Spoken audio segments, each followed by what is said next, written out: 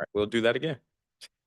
Good morning. My name is Councilmember Zachary Parker, and I'm calling to order this public roundtable of the Subcommittee on Libraries and Youth Affairs. Today is Monday, November 18th, and the time is. Good morning.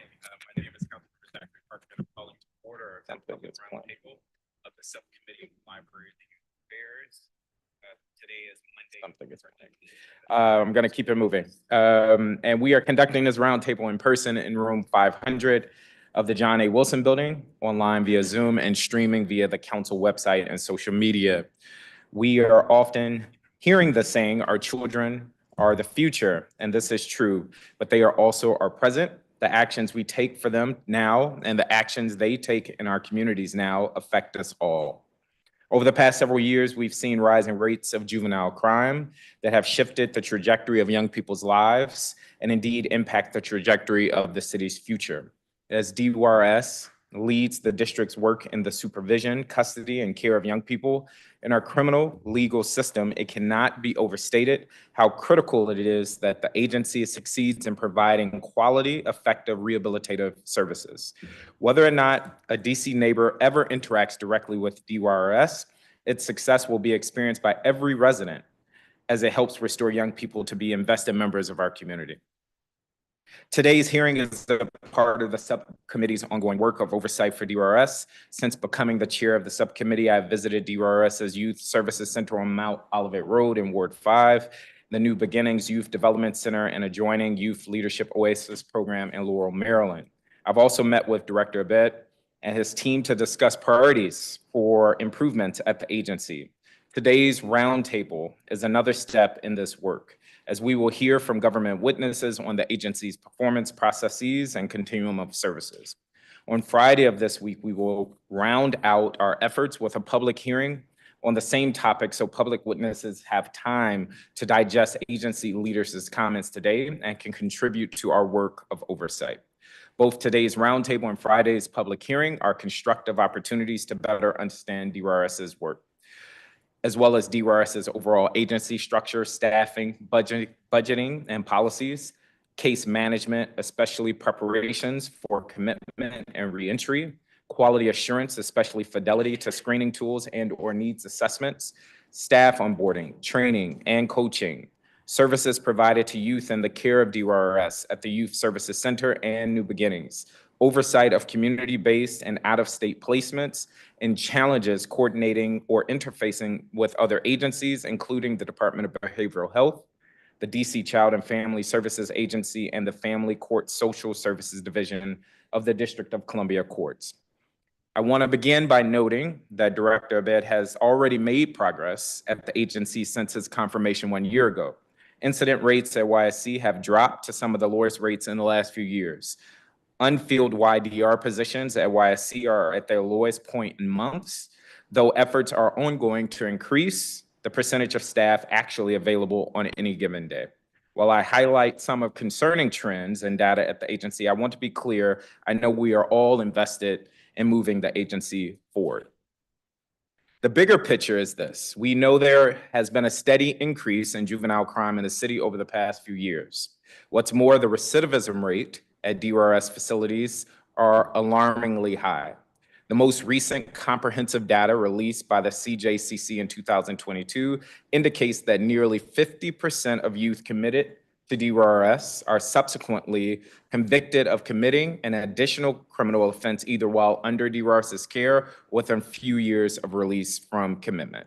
In short, we should not be satisfied with the current performance of DYRS. This hearing is an opportunity to take stock of what is working and where there are opportunities for improvements so that the council can partner with the agency to ensure that we are doing everything in our power to disrupt cycles of trauma, crime, and detention that play out over and over in the lives of too many of our youth. I did pull some data that I'm going to just quickly talk through now, and it should be showing on the screen. And it is my understanding, Director, you have slides and data that you will share as well. And after I share this, we'll turn to you. But what you're seeing here on this screen is a depiction of an increase in juvenile arrests between 2020 and 2023.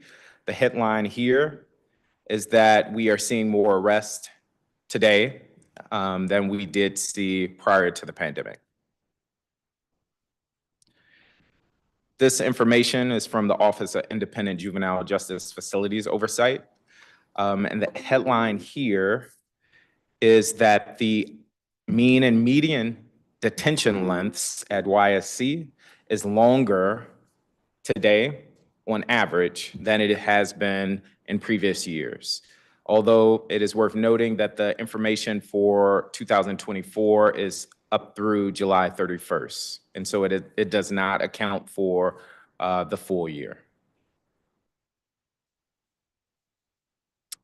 This information is also pulled from the Office of Independent Juvenile Justice Facilities Oversight, and it highlights the population at New Beginnings as of November 13th.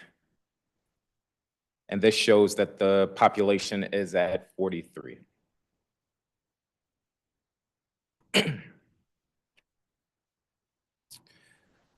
As I noted in my opening, incident rates have declined under the leadership of Director Abed.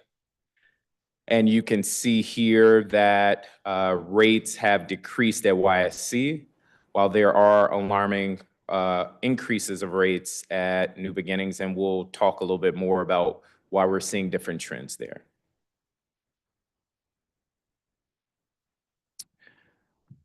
This is an important distinction. What we're seeing here in the blue bars are the average daily youth count at DYRS and the rates or the arrests during commitment. So young people in the care or committed to DYRS who are arrested while committed.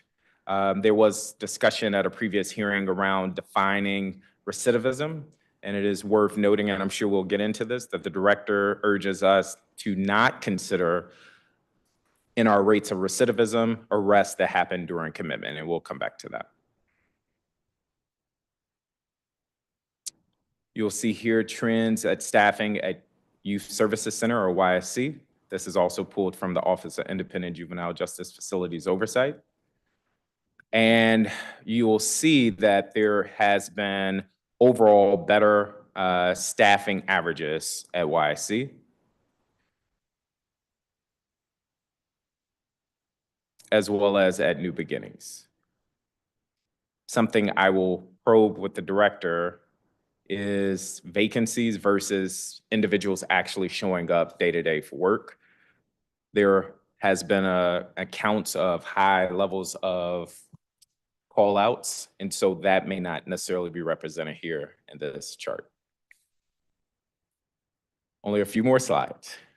Here are the averages of committed youth placements. You're seeing different columns from youth placed in community at DYRS facilities, even beyond New Beginnings and YSC, foster care hospitals, et cetera, and residential treatment centers. The question that this information raises for me is the disproportionate placement at DYRS secure facilities versus rehabilitative or residential treatment centers and/or community placements. And that concludes my slides. I do want to acknowledge that we have been joined by my Ward 3 colleague, Matt Bruman. I will turn to him for an opening statement, and then we'll turn to the director. Thank you very much, Chairman Parker.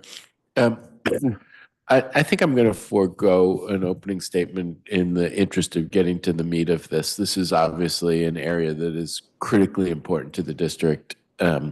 I know everybody is trying. I think it's really important that we work as a team on this issue and others, and I'd be very curious to hear your testimony and to follow along in the questions that Chairman Parker pursues and pursue my own line. But let's get the show on the road. Thank you, Council Member. And Director, before I turn to you to give your statement, it is a requirement of the council to swear in all government witnesses. So if you wouldn't mind standing and raising your right hand and repeating after me. I solemnly swear that the testimony I am about to provide to the committee is the truth, the whole truth, and nothing but the truth. Thank you. You may provide your statement.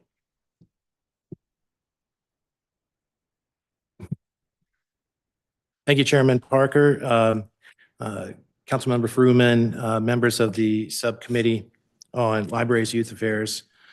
My name is Sam Abbott, Director of the Department of Youth Rehabilitation Services, and with me is Chief of Staff, LaShonda Hill. We do have a PowerPoint presentation, and I invite you to, as we go through, what we tried to do is give as much information on the questions that were posed in advance of the roundtable, so that we could go through those with responses, and then any questions that you have, feel free to just stop me during the presentation and we can go through those. So we can go to the next slide. This is our mission and vision. Go ahead and move to the next slide. This is a organizational chart. This is the top of the organization. Obviously, this doesn't account for every staff that we have. I think the notable things here, we have had a vacant COO position for over a year. We have recruited a new individual, and they should start at the beginning of December.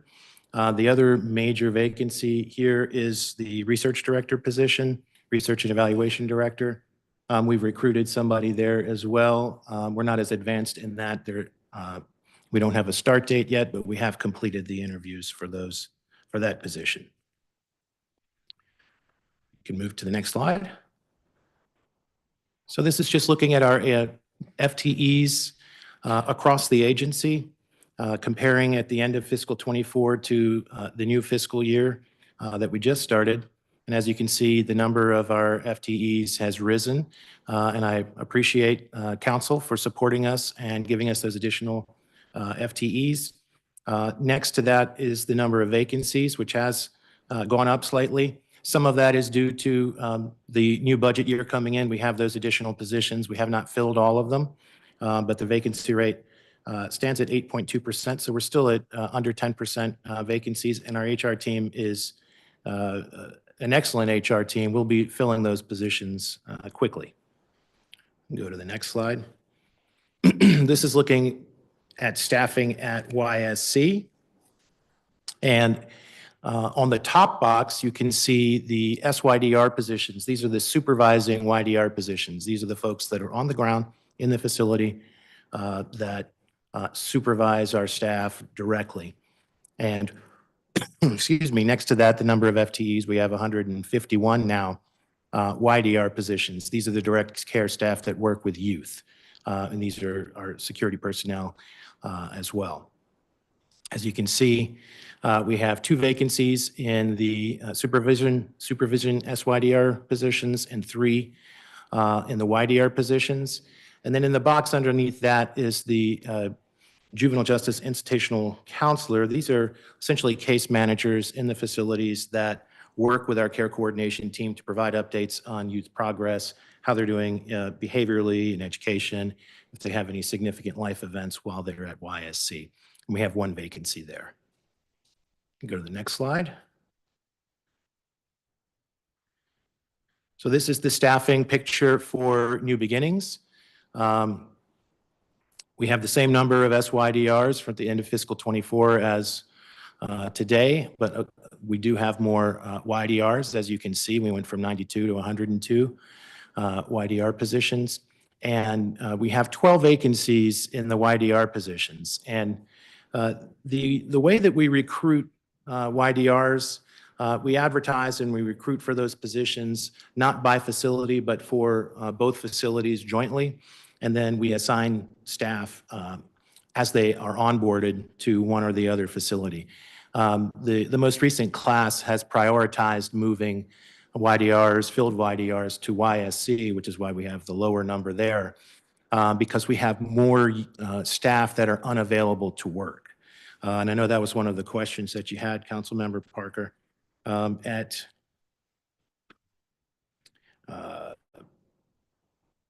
YSC, we have 26 staff that are unavailable to work.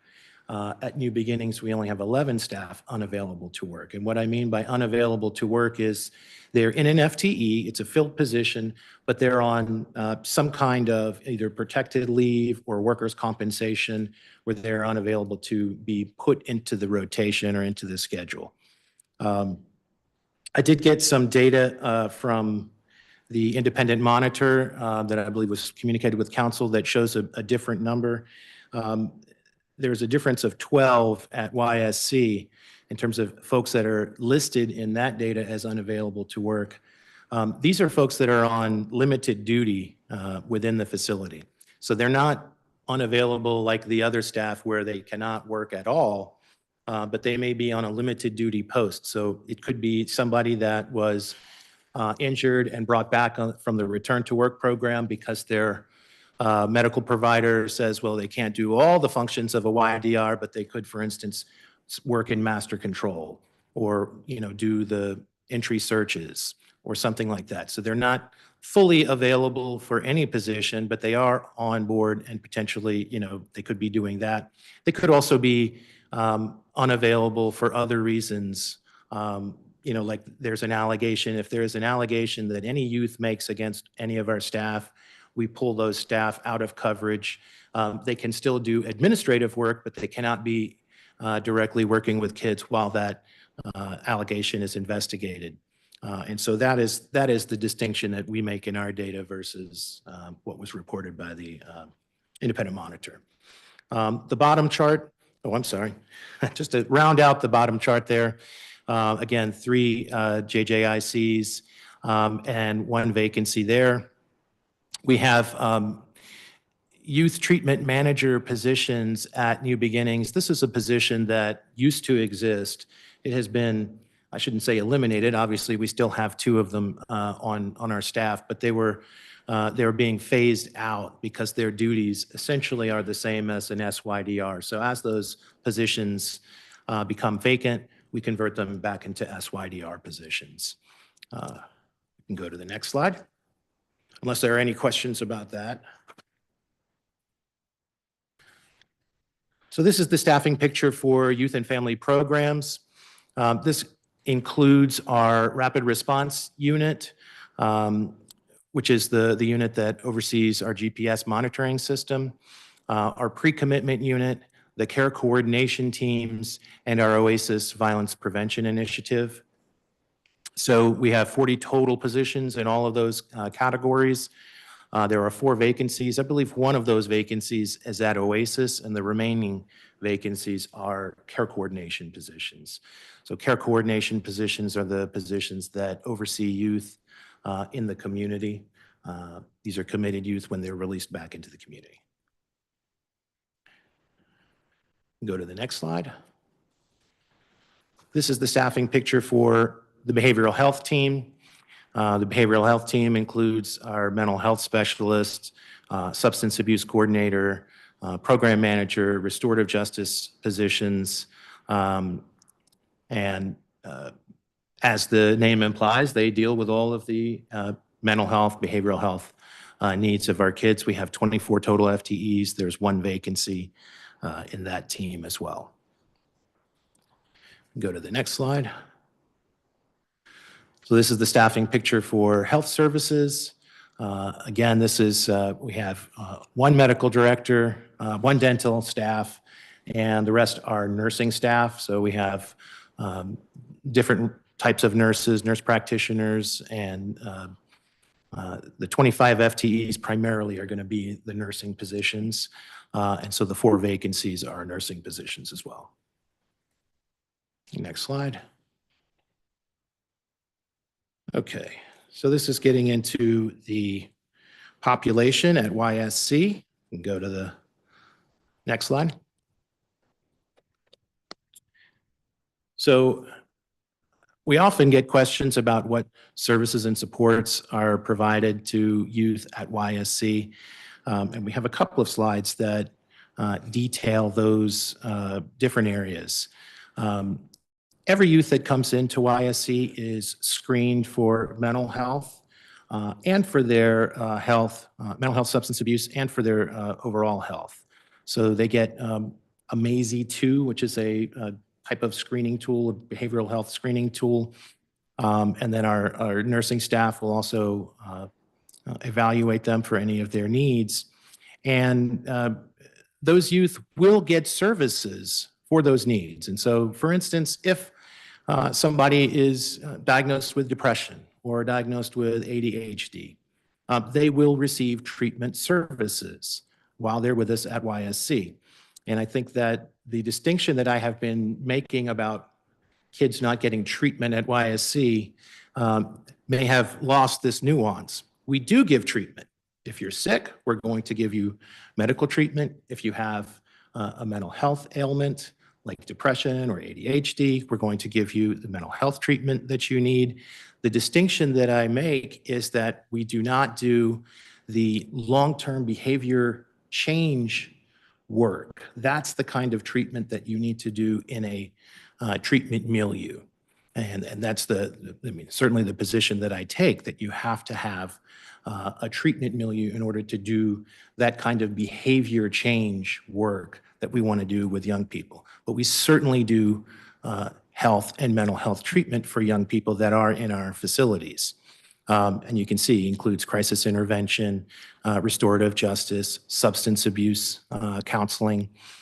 We do run groups, but they are groups around those issues, the clinical type of issues that youth come in to YSC for. If we can go to the next slide. So these are the non-behavioral and mental health services. I mentioned medical and dental services. We have wellness, yoga programs. We also operate with partners, volunteers for spiritual and religious services within our facilities.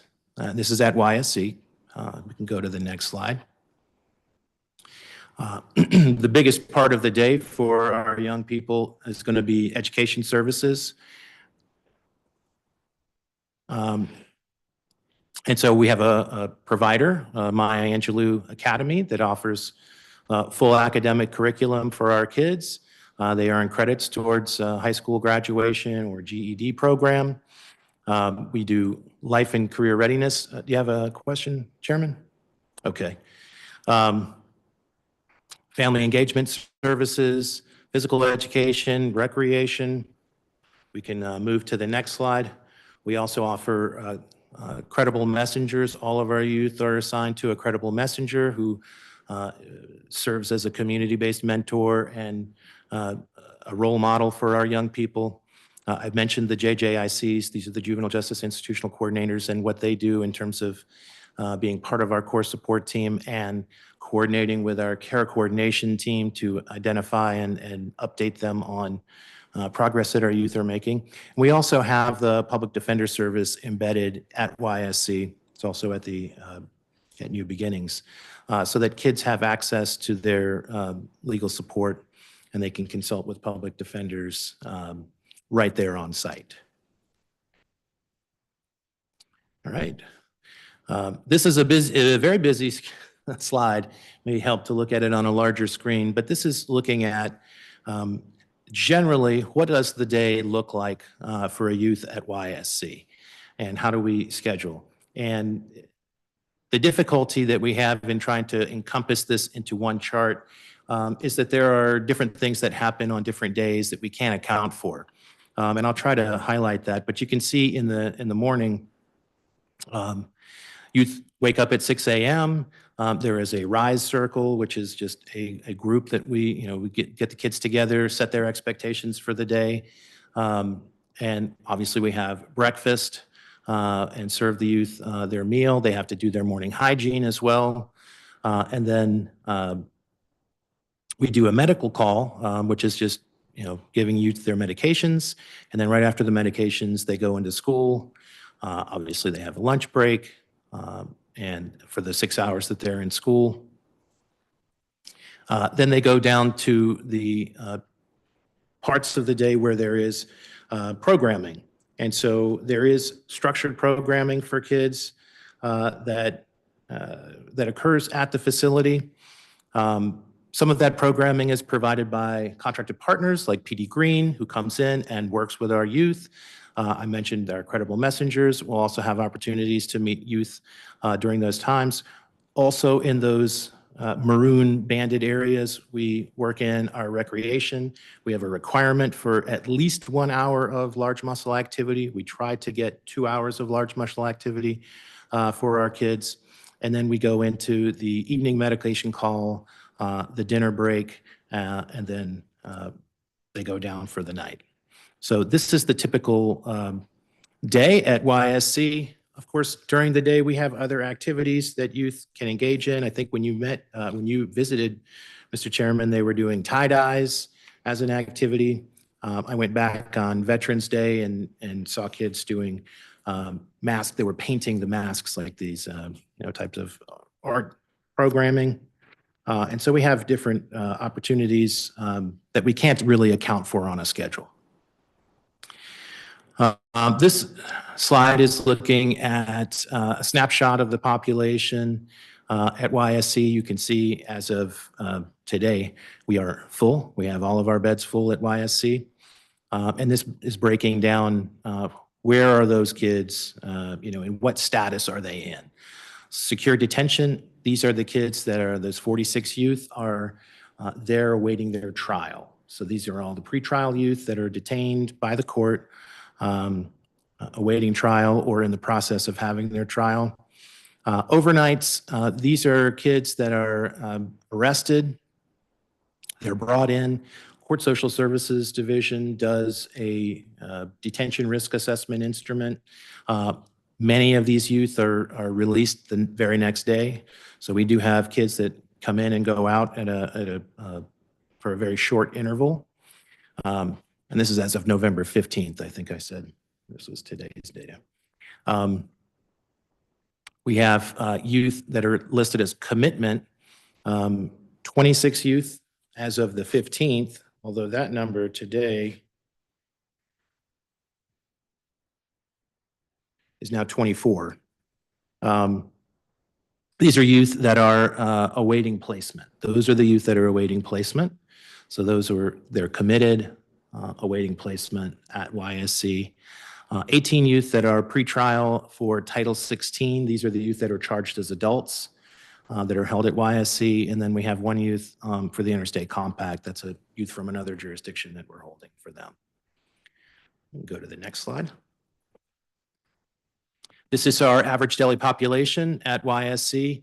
And I think this corresponds with some of the graphs that you showed in your presentation, Chairman Parker. We see an upswing in the population of youth at YSC. I'll just pause for a moment. Oh, okay. So you can see that our number is for fiscal 24, 93.1. So a significant increase in the population at YSC. And go to the next slide. This is looking at average length of stay. And I do want to jump in really quick just to clarify there, to go back to that graph. Is that jump solely accounted for Title 16 youth? Now, this is the total population at YSC. And so from fiscal year 23 to 24, what accounts for the significant increase?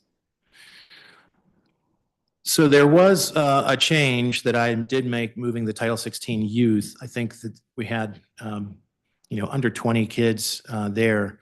I don't know that that accounts for all of them. I think that there is a higher number of youth in total, but we can go back and try to tease that data out. Okay. Because I know that they did mix the populations in prior years. And we need to also look at the date that I made that change because it was pretty early on. So it may be more in the difference between fiscal 22 and 23 than 23 and 24. Okay, if we can move to the next slide.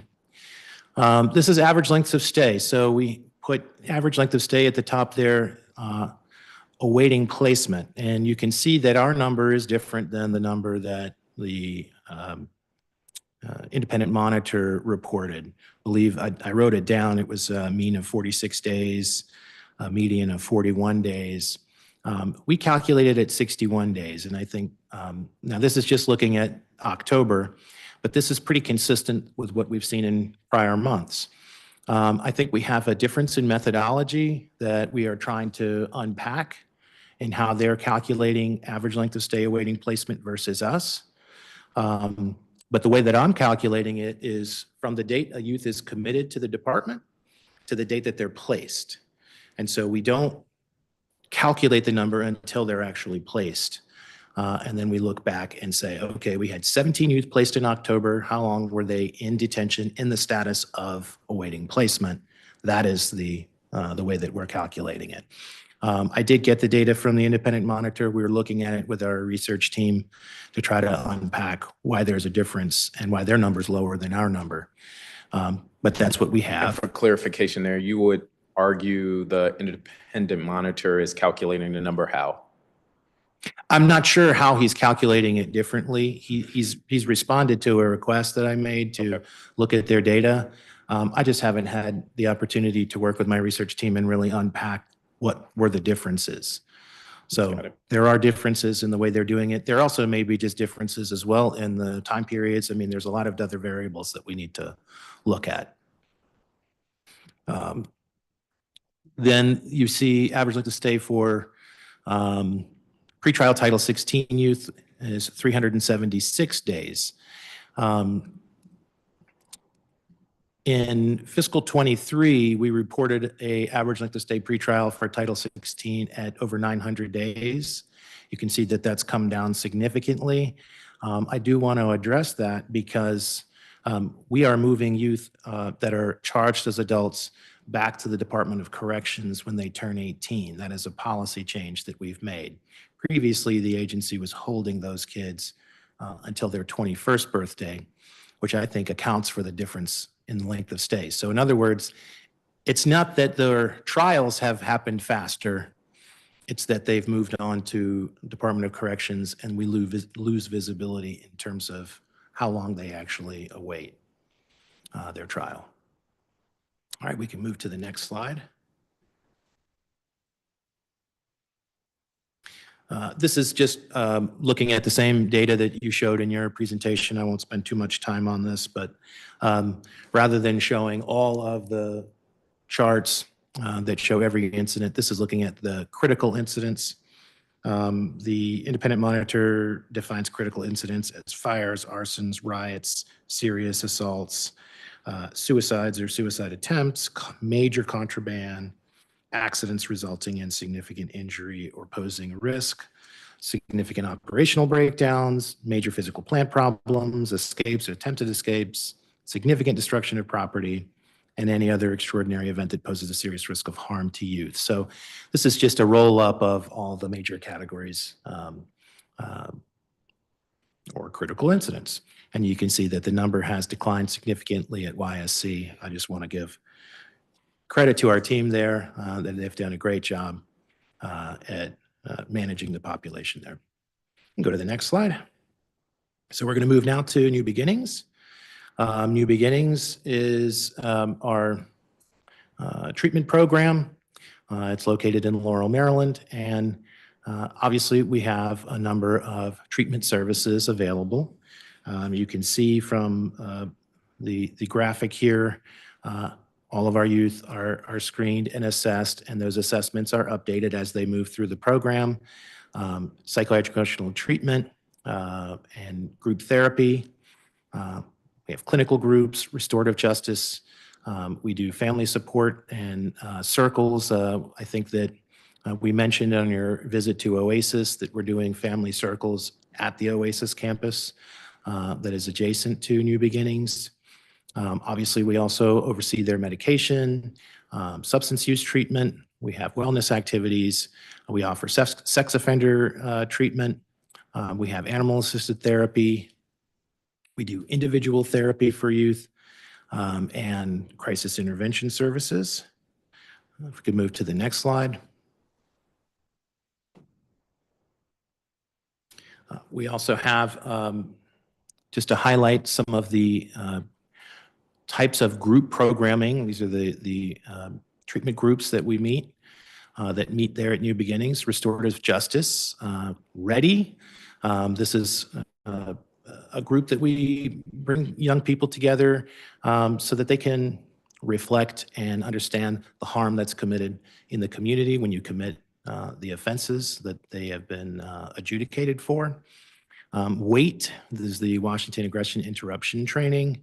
Again, this is a group that works with our kids on managing their emotions, social skills, moral reasoning, so that they can make better decisions when they're back in the community. You can see this group meets 3 times a week for 10 weeks.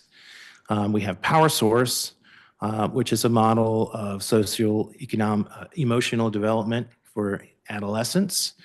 Again, to increase awareness, self-awareness, self-control, to give them purpose in what they do moving forward. You can move to the next slide.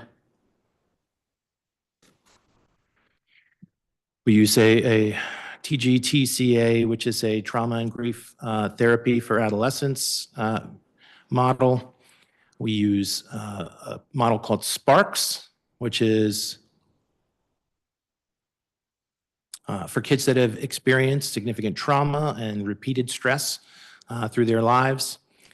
Safety First is a program around substance use, training and educating our young people on the risks and the dangers of substance use. You can move to the next slide. As we mentioned at YSC, we also have restorative justice circles. I think I talked during the schedule about the morning rise circles and the evening reflection circles. Again, the morning circles are really to get them set up for the day, establish their expectations, and then the evening reflect on how they did, where they can improve, and so forth. We can go ahead and move to the next slide. We were asked about what non-behavioral health and mental health services. Again, same level of service in terms of medical services, dental services, mindfulness programs, religious programs. We can go ahead and move to the next slide. We use the same education partner, Maya Angelou, for our education program at New Beginnings. We offer life skills, career readiness, family engagement, and of course, physical education and recreation services at New Beginnings. Go to the next slide. We also have credible messengers assigned to each of our youth. We have case managers. These are the Juvenile Justice Institutional Coordinators, or JJICs. They have a bit of a different role at New Beginnings because they are part of the team that is also, yes, communicating with our care coordinators about progress, but they're on the team that helps connect youth when they're transitioning back into the community to the resources that they need back when they're home. And we also have public defenders embedded at New Beginnings as well. So are there any questions about the services that we offer? I will get to questions. I know you have a number of additional slides. Are you able to summarize the remaining slides, and then we'll open up for a round of questions? Okay.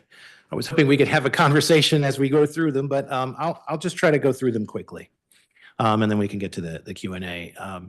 So this is just a snapshot of the committed youth that we have and where they're placed. You can see from the slide where they are. That's okay. We go ahead and move to the next slide. This is looking at New Beginnings. This is their annual fiscal 24 ADP. We had an annual ADP of 52 youth with an average length of stay of 217 days. You can go to the next slide.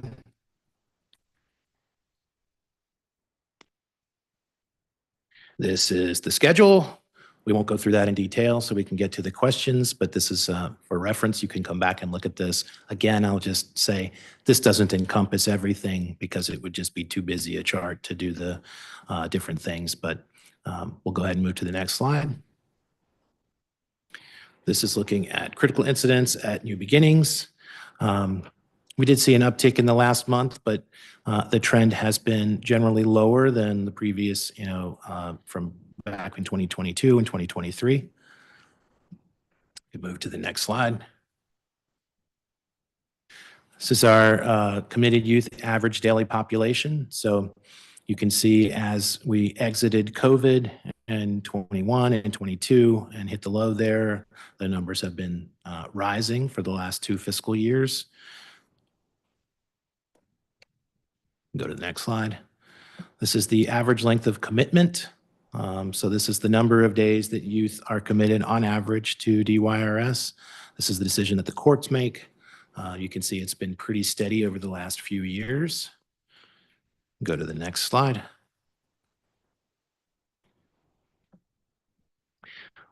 This is looking at average length of stay, breaking out New Beginnings versus RTCs and PRTFs, about 25 to about 35, 40 days difference in average length of stay. And go to the next slide. All right, services and sports. Next slide.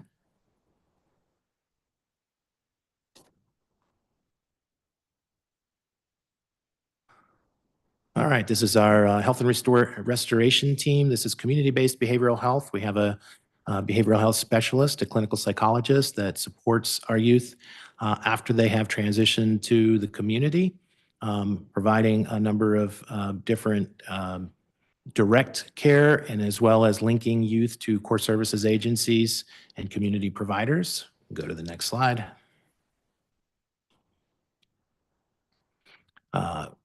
Also for post-committed youth, we have the Volt Academy. This is a training program that we operate. The most recent program that we ran was a masonry program, 7-week program to train youth in work skills. Go to the next slide. We operate 2 achievement centers. One in our headquarters on H Street in Chinatown, and the other one off of MLK in Ward 8. We offer a range of services for youth. That is where we do most of our post-commitment and even with committed youth when they're back in the community. They can come in and avail themselves of these services. These are also available to youth in the community that are not involved with DYRS. We offer training programs, activities, and also supports like meals. We have a clothing closet, and we have meetings with our behavioral health team. The community behavioral health team have their meetings at the achievement centers. We can go to the next slide. We're almost done. This is our Credible Messenger initiative, and I think the council is pretty familiar with the Credible Messengers initiative, but we operate with a number of different providers to provide those services to our young people. Go to the next slide.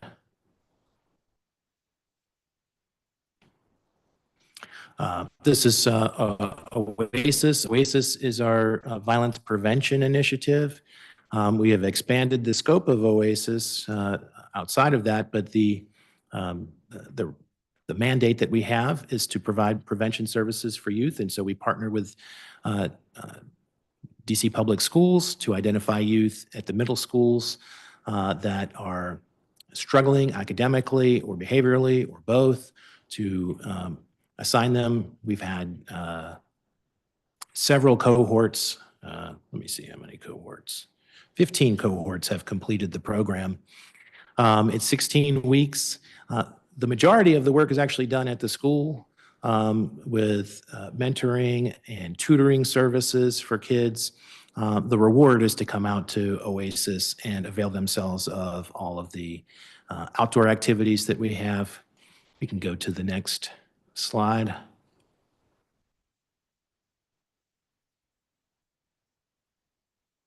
And these are some photos of the activities that we do. In the upper left-hand corner is a photo of the zip line from the perspective of somebody crossing and the treetops. To the right of that is kids getting on a boat to ride down the Little Patuxent River, which runs through our property there. You can see in the bottom left-hand corner one of our donkeys. We have a number of animals on the campus. We have cows, sheep, and donkeys, in addition to all the other wildlife. And then on the lower right-hand corner is some youth going on a hayride, except they don't sit on hay. They actually have seats to sit on when they get pulled through by the tractor. All right. I can talk a little bit more about Oasis because I think this is a very unique program. Let's hold off on that. I am sensitive of time, and so I would say let's just jump right in. All right. And we will do 10-minute rounds. And I'm happy to jump in and get started. Director, thank you for going through that and the preparation that I know it took to put that together. We did send over questions, and I want to make sure we have a commitment that your team is able to get answers to those questions by close of business Wednesday.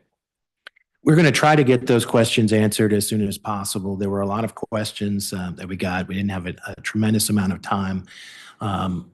Many of them we did answer actually in the presentation in terms of the staffing and those types of numbers.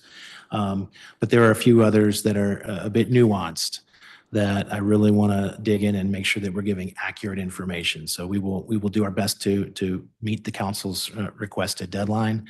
So the request, to be clear for those viewing, was to have them by Sunday. And so in an attempt to partner and be flexible, I'm putting forth Wednesday. And so it is my hope that you will honor that request. Up until this point, I think the agency has acted in good faith. And it's important that we document and share with the public information, not just in a PowerPoint slide, but that it's formally documented and submitted. So my team will follow up, but I think that's really important. And if need be, we can revisit and have another hearing, but instead of the back and forth, I think it's important that we just get the answers on the record. I want to move on. What does success look like for DYRS, and what are the key performance indicators that your team or teams are tracking on a daily, monthly, annual basis to inform what's happening within the agency? Well, obviously, success for us is viewed through the success of our kids.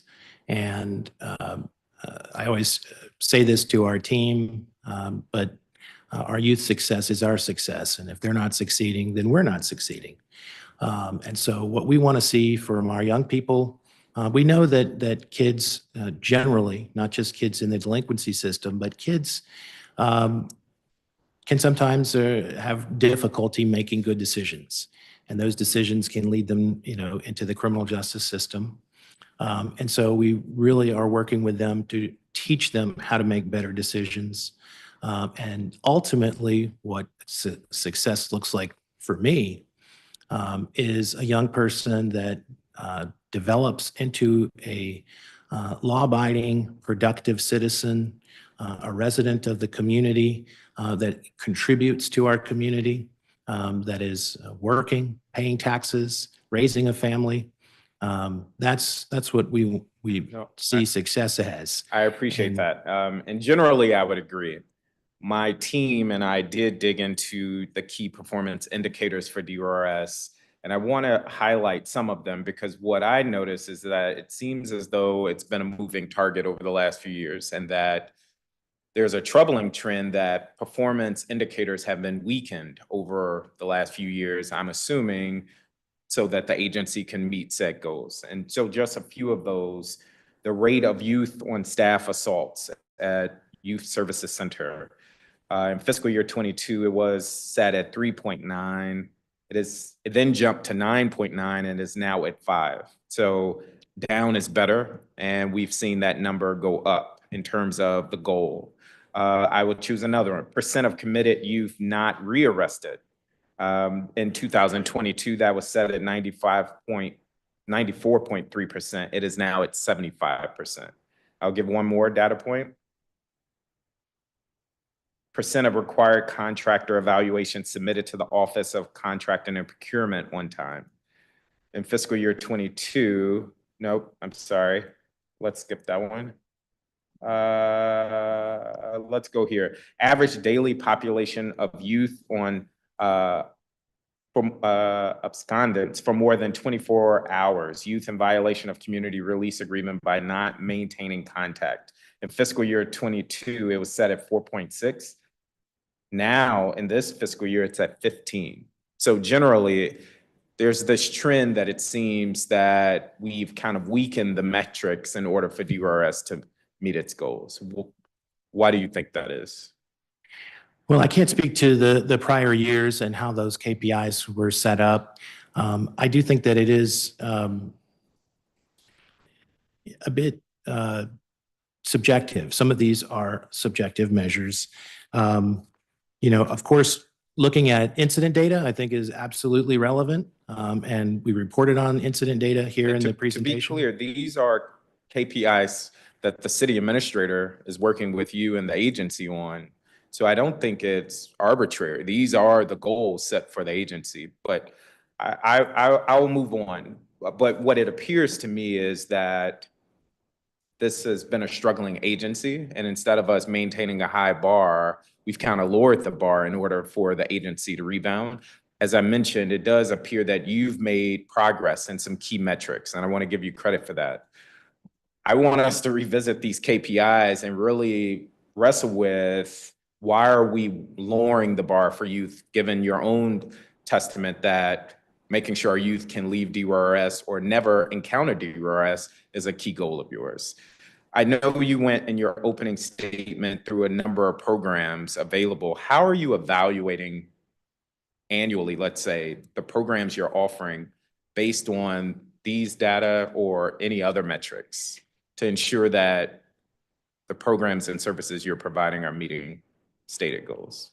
So obviously, we look at our recidivism data, and I know that's been a complex conversation that we've been having. Yes. About how youth or how we evaluate recidivism.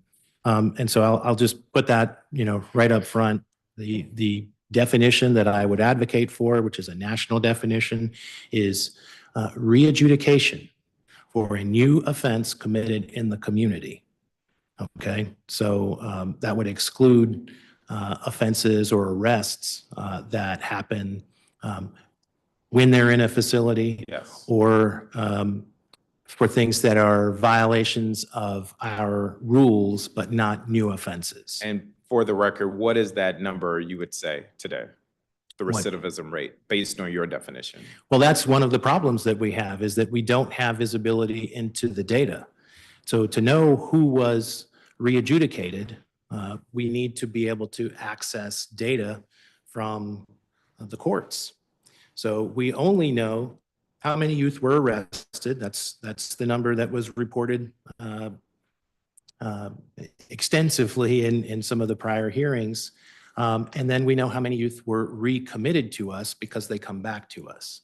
And I believe that rate is about 5% in the most recent year that are recommitted to us. But what we don't know is who was re-adjudicated and not committed back to us. And that's I remember the big hearing gap. that we had. The Attorney General asserted, and advocates asserted, that recidivism rate was upwards of 92%, and you took issue with that based on this definition. What efforts have you led to obtain the data that would help you get a better sense of where recidivism is today? So I've gone to the CJCC. They do have data agreements with all of the partners. I've appealed to the judiciary, the federal court, to grant us access to that data. To date, they have refused that request. I'll continue to advocate to get that information, but that's the kind of information that we really need in order to evaluate success, because youth can be re-adjudicated for an offense and not recommitted to us. And I'm willing to work with you to try to get that information, because I think, to your point, it is important. Right. I know I'm coming up on time, and I do want to respect the clock, and I'm going to turn it to my colleague.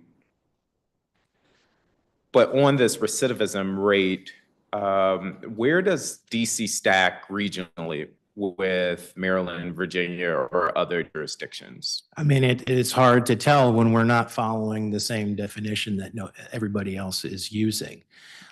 So the most recent information we have access to, I think, is from 2022.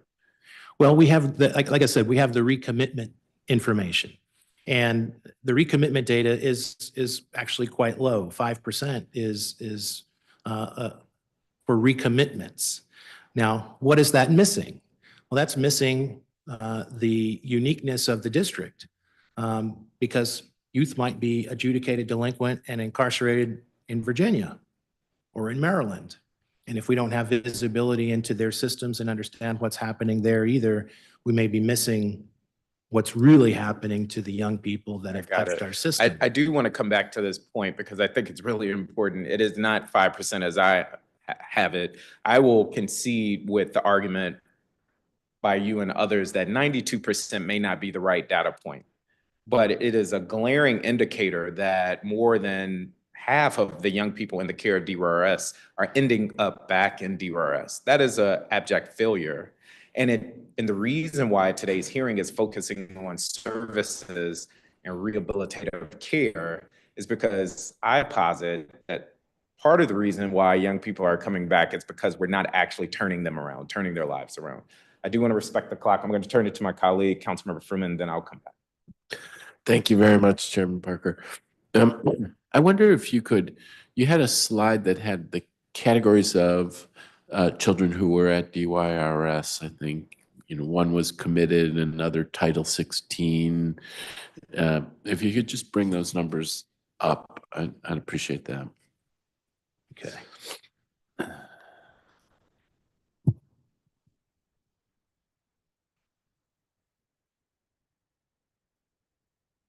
So I believe that's slide number 17 for the person running the slideshow.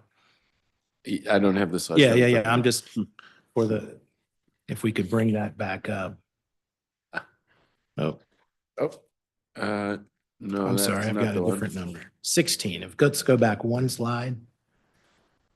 Is this the slide you're looking at? Great. Yes, that's the one. And so, one of the things that has me here today, big picture, is this is a critically important area.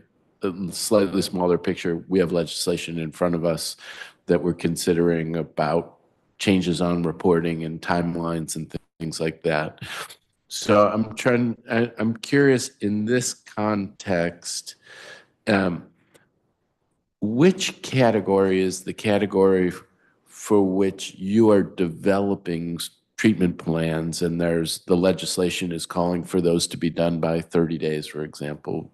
That's not the overnight population. That's not the Title 16. It's not the interstate compact. Is that the secure detention or the commitment? It's the commitment. Those are the youth that we're talking about there. So those are the youth who there's been a decision to commit them, and you have to figure out how it's going to happen. And in the proposed legislation, the idea is that should take 30 days. So It should take 3 days, but after 30 days, there is the presumption that it should be done by 30 days. That's correct. Okay. So then take me, I think it might be to the next slide. I think there's an indication.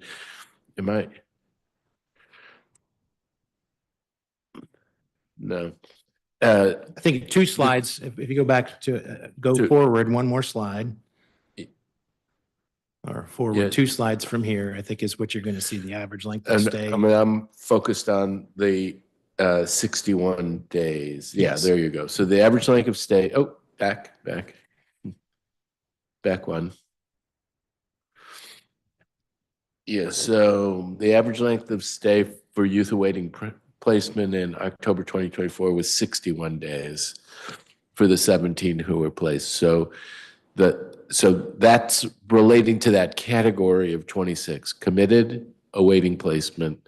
And in October 2024, it took on average 60 days, but that's an average. Mm-hmm. So Have you provided data about how many of those were placed within 15 days, within 30 days, within 60 days? Because you could have somebody who's waited a year and a half, and that would skew the average significantly. But I mean, this does feed the idea that a 30-day requirement is an invitation to failure if the average is 60. But how many of these youth are get a plan and are committed within 30 days? So I don't have the number that are committed within or put into their treatment program Right. within 30 days. What I can tell you is there are programs that do take significantly longer than the average. So for RTCs, which is residential treatment centers, and PRTFs, again, this is just looking at a snapshot of time. It took 98 days to place those youth. So that's a category of placement that takes longer than average. The other one that takes longer than average is for foster care. Yes, we place kids into foster care as well, and we do overlap with CFSA. Those youth took 84 days. And so there's some peculiar challenges with those types of placements. So for foster care, it's just a matter of there are not as many families willing to take foster care kids. And we work with a couple of providers. We have space in our contract. We have, the funding to do it, but they really, and this is a national problem, are struggling to recruit families that can take kids in. For PRTFs and RTCs, as you know, we don't have a PRTF program in the district. So these are all going to be out-of-state placements or out-of-the-district placements.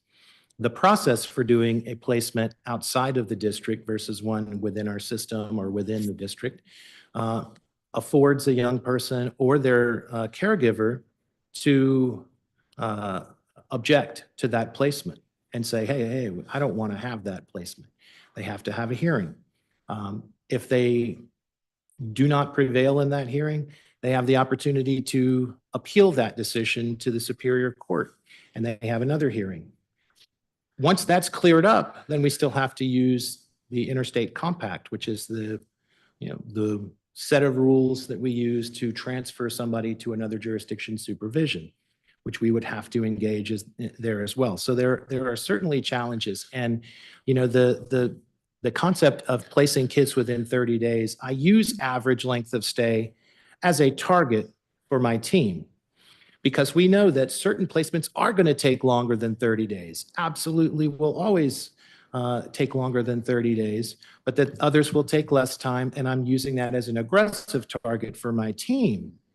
I think the notion of making that a legal standard and saying, hey, if you don't place them, then you should release them within 30 days is bad public policy. It's not quite release them, but I hear you. And that's what I'm trying to get at is we can have kind of a big picture argument about this, but there does seem like there needs to be a kind of granularity about this discussion that I have not picked up on yet.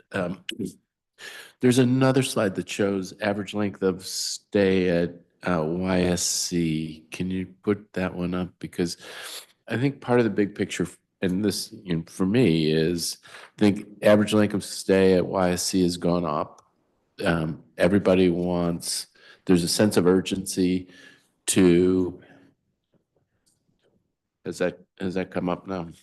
I don't believe we have a slide that's just the average length of stay at YSC. We use these subpopulations lengths of stay. So there is a desire to get kids into treatment plans quickly. And it feels like it's not happening more quickly right now. Maybe there's something about the data that you can tell me it is happening more quickly.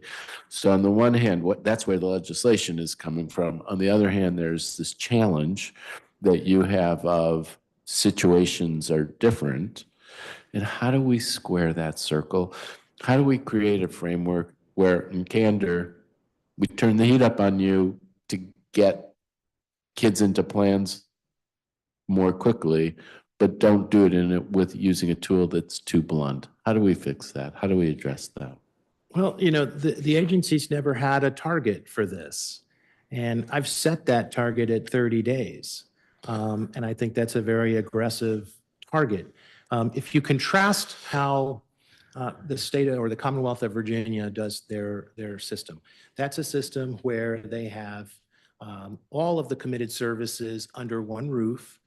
They use very few private providers. They basically run their own treatment programs and run their own facilities. And what happens is a young person that's committed comes in and go to a reception and diagnostic center. And they'll stay at that reception diagnostic center for about a month, where they get all of the assessments done. And then because they operate all the facilities that they use, then they place that youth in the appropriate program with their treatment plan. We're much different here. We're still trying to hit that 1 month mark, but we don't have the advantage of an entire continuum of services that is all operated by the city, or even a reception process. We have to rely on other folks to do some of the assessments. We have to go through different processes because we have to rely on out-of-state placements, something that the Commonwealth doesn't really have to engage in often. So these are the things that make it more challenging. And I think that, putting the heat on, I've put the heat on myself by articulating that goal. And I've been, it's been used as a cudgel against me ever since. But that's not something that was ever, as far as I know, even articulated as a goal for the agency. All right, so I have used up my time. You planted seeds of a number of different things. I think you have talked about a unified system as perhaps a better alternative to the way in which we're doing things.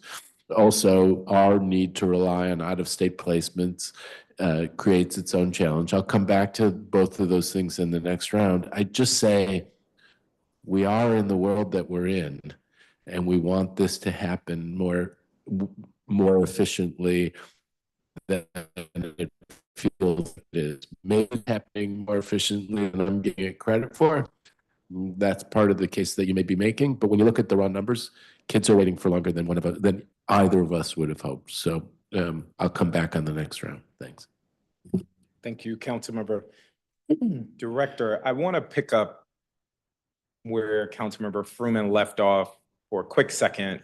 I don't want to focus too heavily on the Road Act because there was a separate hearing on that.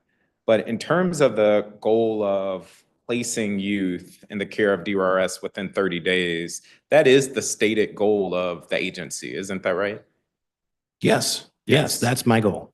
And when we look at the performance oversight responses submitted earlier this year, the agency articulated that plans were in process to streamline the placement process. So outside of the Road Act, are there alternatives that the agency is ready to put forth to say how you're going to meet that 30-day goal? Yeah, so we've been working on that, of course, internally. So the first thing that we've done is rebooted our entire placement unit. So we have a dedicated team to doing our assessments, which is the YLS. That's part of the process of getting kids into placement. So we have a new supervisor, new team members. They've all been trained directly by the provider that puts out that tool, the YLS tool. And we've also embedded our staff. We have 3 staff that are now embedded in the courts so that we can communicate more closely with court social services and the child guidance clinic to get all of the psychological assessments completed quicker. We've coordinated with them to give them access to our kids if they need to come into the YSC to do their assessment work. So we've made a number of changes to try to streamline our processes and coordinate better with our partners so that we can get these placements done quicker. The other thing that we've done is we've also expanded the number of placement options. That was another bottleneck that we identified because as you saw in the population dipped to, I don't know if it's an all-time low because I don't have data going back years, but on that graph, an all-time low. And a lot of the contracts for private providers expired and weren't renewed. And also, in addition to not being just renewed, some of them weren't renewed because those providers actually went out of business. So we've got to rebuild that continuum of care. And so part of that that we are participating in is with the CJCC. We have supported and encouraged them, and they did apply for a grant through the Department of Justice to do a continuum of care planning. And to what extent or what information do you have to say what you've been doing all year is working? Well, if you look at the data that the independent monitor put out, as I mentioned, we have some differences in methodology. His data says we're doing it in 46 days or 41 days.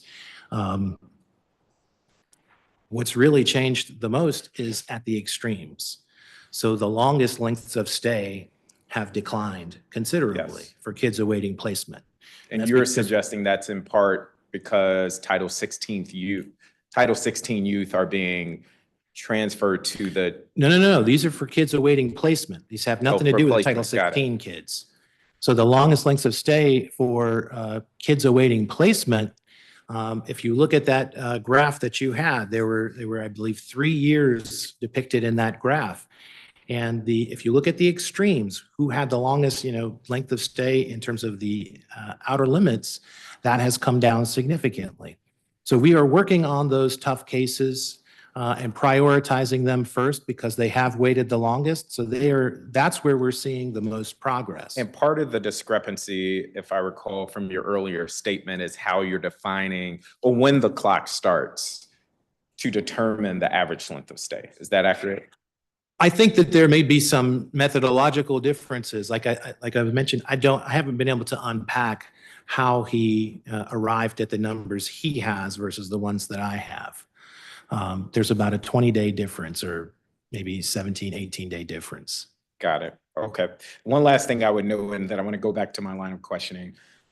In the hearing on the Road Act, an important point was that it's not just for committed youth, but youth that are likely to be committed. And that too is a discrepancy. If we know a young person is likely to be charged or adjudicated, why not begin the process so that we can further streamline the process? And it seems like we just may be in two different places there. But all of this is what I understand the Road Act trying to achieve. So I didn't object to that portion of getting our YLS done faster. I think that if you go back, my testimony was really about when do we start the process of evaluating youth? I got you. Right. One last question on this, and then I'm going to pivot.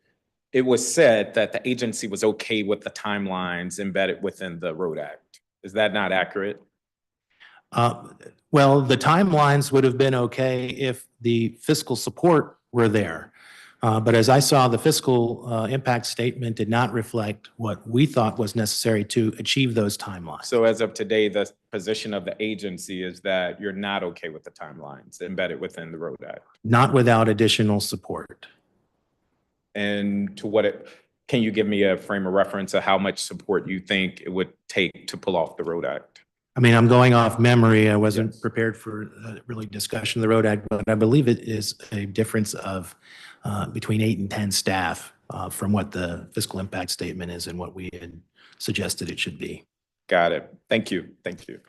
I'm going to pivot back to my line of questioning, but how does DYRS engage with child advocates and other stakeholders to improve outcomes within the agency? Well, there are a lot of different groups that meet that have various advocates. So obviously CJCC is a group of actors that includes like the public defender services who are among the youth advocates. There's also the JJAC, which is the state advisory board for the District of Columbia.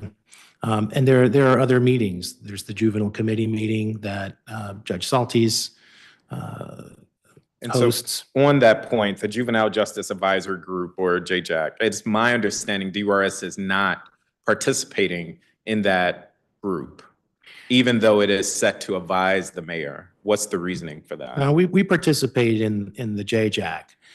What they have engaged in recently is a awaiting placement work group, which is duplicative of the awaiting placement work group that the CJCC had already established. And so our position with the JJAC was, well, why are you doing the same work group with largely the same actors? The Attorney General is at the CJCC, Public Defender is at the CJCC and at the JJAC. We are at both of those meetings. We need the judiciary to be involved in those meetings. They're at the CJCC. And so it was a duplicative process. So it wasn't something that we can engage in. And of course, council is interested in this as well. We have legislation that is pending. And we just have limited resources, and we cannot do multiple work groups on the same issue. I don't think that's wise. We could get disparate outcomes or disparate recommendations, and then we're going to be in a position of like, well, who's right? I would rather work with the principals. CJCC, I think, is the group that has all the leaders that we need to work on this issue. We're collaborating with them, and we have been working with them. So it sounds like you're willing to work with the Juvenile Justice Advisory Group on other matters, but as it relates to this placement working group, you're not. Absolutely. Because it's duplicative as you see it. Yes. Understood. And for their work advising the mayor, to what extent are you a part of those discussions or those processes? So we have staff that that attend those meetings and work with their chair and the members of the group. There is a youth-led component of the JJAC that has requested to have access to our facilities to meet with youth. We've agreed to bring them in and allow them to meet with our youth advisory board members. So we've certainly collaborated with them. They've asked questions about our curfew center when it first opened. I do need to just say this and get it on the record that when they first advised that they had questions about that curfew center, I came to the very next meeting and advised the chair and the committee staff that I'm available and I'm coming to the next meeting to answer all your questions because you've made allegations that we're violating the law. I wasn't allowed an opportunity to speak at that meeting, which was, not just insulting, but a big waste of time. Then they scheduled another meeting and requested to meet with the deputy mayor. And again, I rang in and said, well, I'm the one that's implementing this. I can meet with you. And after initially refusing to meet with me, finally accepted to meet and to go through this. So we do have a bit of tension in that relationship. Yes. When we want to meet, they don't always want to meet with us and vice versa. Interesting. We will follow up about that, but I want to turn to Councilmember Freeman for a line of questions. Thank you very much, Chairman Parker. I want to get the tension out. And we need to work together to get to a resolution on these topics. They're obviously very, very important. Some of the data that you showed, YSC average daily population 93, total capacity 98, New Beginnings average population I think 52, total capacity 60. I worry about capacity. To what extent do we have the capacity that we need in the District of Columbia to be serving this population with critical needs? So physical plant space is obviously a constraint that we're under. I don't think that we're alone in terms of the treatment bed needs. A lot of states have to rely on private providers to make up for not having enough, treatment beds in their own state-run or district-run facilities. So that's not unusual. I think that the approach that I've taken is to work with providers and increase the number of providers and the number of beds that we have available across the spectrum of services. I think that's the most efficient way that we can do that. In terms of YSC, we did open an additional unit. There was some space that we were able to renovate. So if you look at our capacity numbers, a year or more ago, it was 88 beds at YSC. It's now 98 beds. So we were able to eke out additional space there. But barring a major capital program and it would really probably have to be to build another facility because there isn't really space on that campus where YSC is located. The approach that we need to take is to really scrutinize who is being housed at YSC. And largely that's out of the department's control. We do need to work with our partners or find a way, if we unify the system, then we can do some of the reform efforts that I'm very familiar with from my time in Maryland and in Virginia.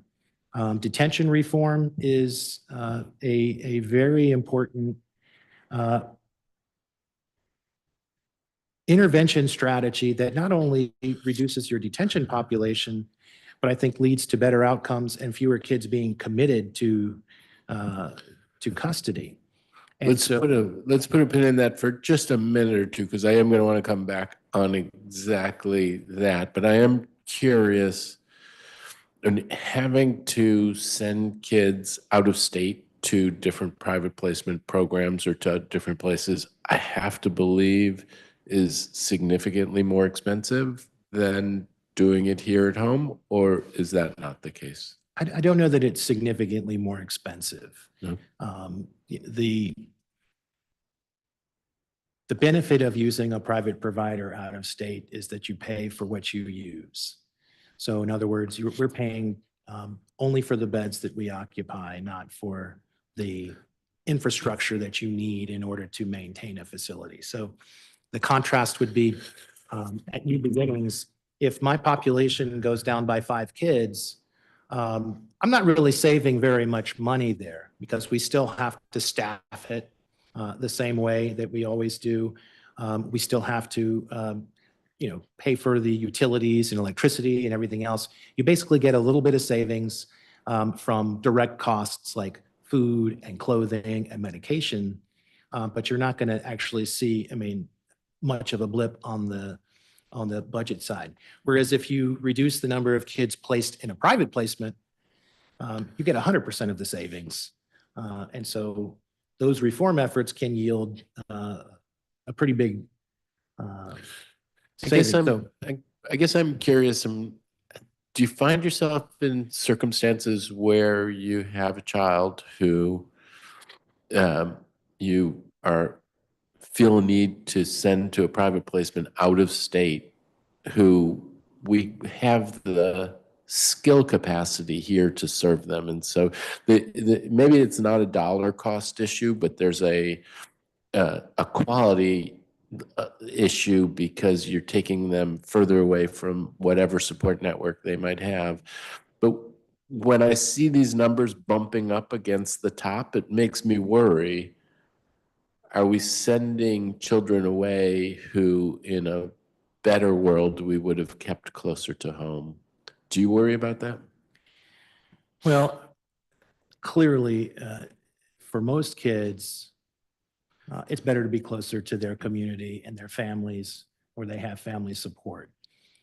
We do have some unique circumstances in the district where I think it is actually advantageous for kids to go far away because they're involved with negative peer groups, they're involved with gangs, and there is just great risk to being housed here in the district.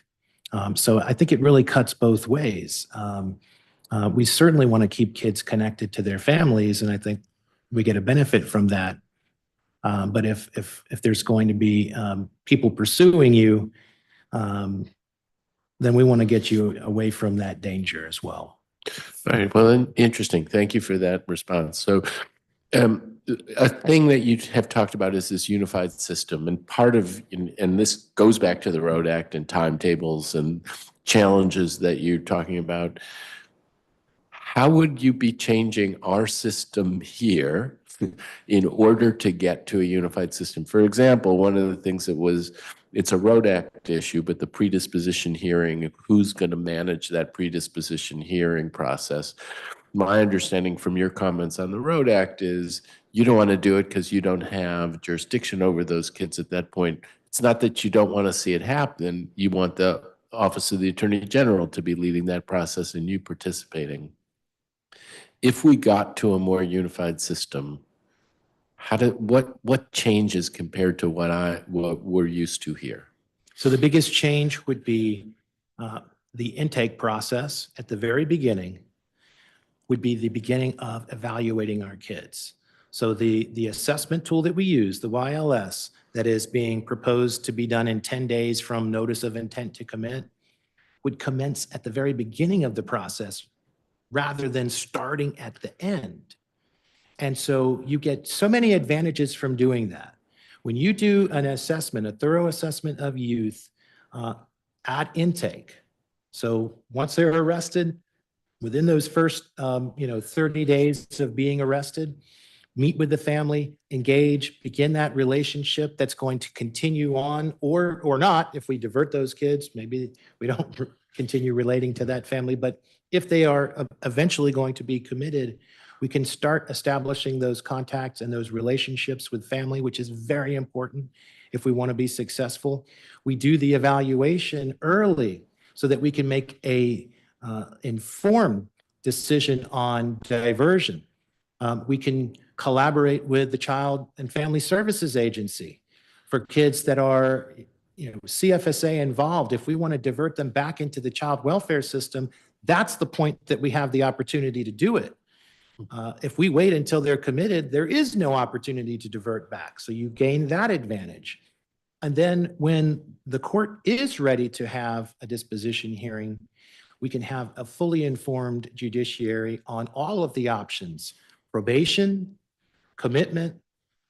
Here's the plan for either way. And the judge can then make that choice about what is best for that young person with all of the advocates. When I say advocates, the prosecutor, the defender, whoever else is party to the hearing.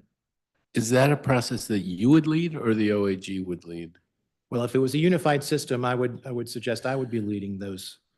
So that's part of what is suggested in the Road Act, is that you be in the lead at that point. But what do you know? Help me. But it's not. What it's doing is saying, no, forget about intake. After we've already had the trial and we're at the point of between the trial and the disposition, right? That's when we would do our evaluation. And they're just saying, do it faster at that point, which is already the case. That's when we would do it now. But they're just, the Road Act would make us do it quicker. What I'm suggesting is we've missed all the opportunities of connecting with families, of using diversion effectively, offering probation as an alternative to commitment, because we would be one system. I'm not a party to what goes on in court. We don't have anyone there telling the judge, hey, we recommend you put this kid on probation.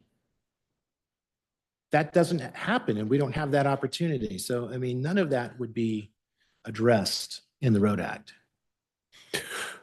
So, I mean, maybe you're talking about things that are similar to what others are seeking, and maybe there's a little bit of everybody missing each other, or maybe I'm missing it. But the idea of I think of the idea behind the Road Act is get out front on this as early as possible so that we can best serve our kids and and address the needs of our kids and our communities.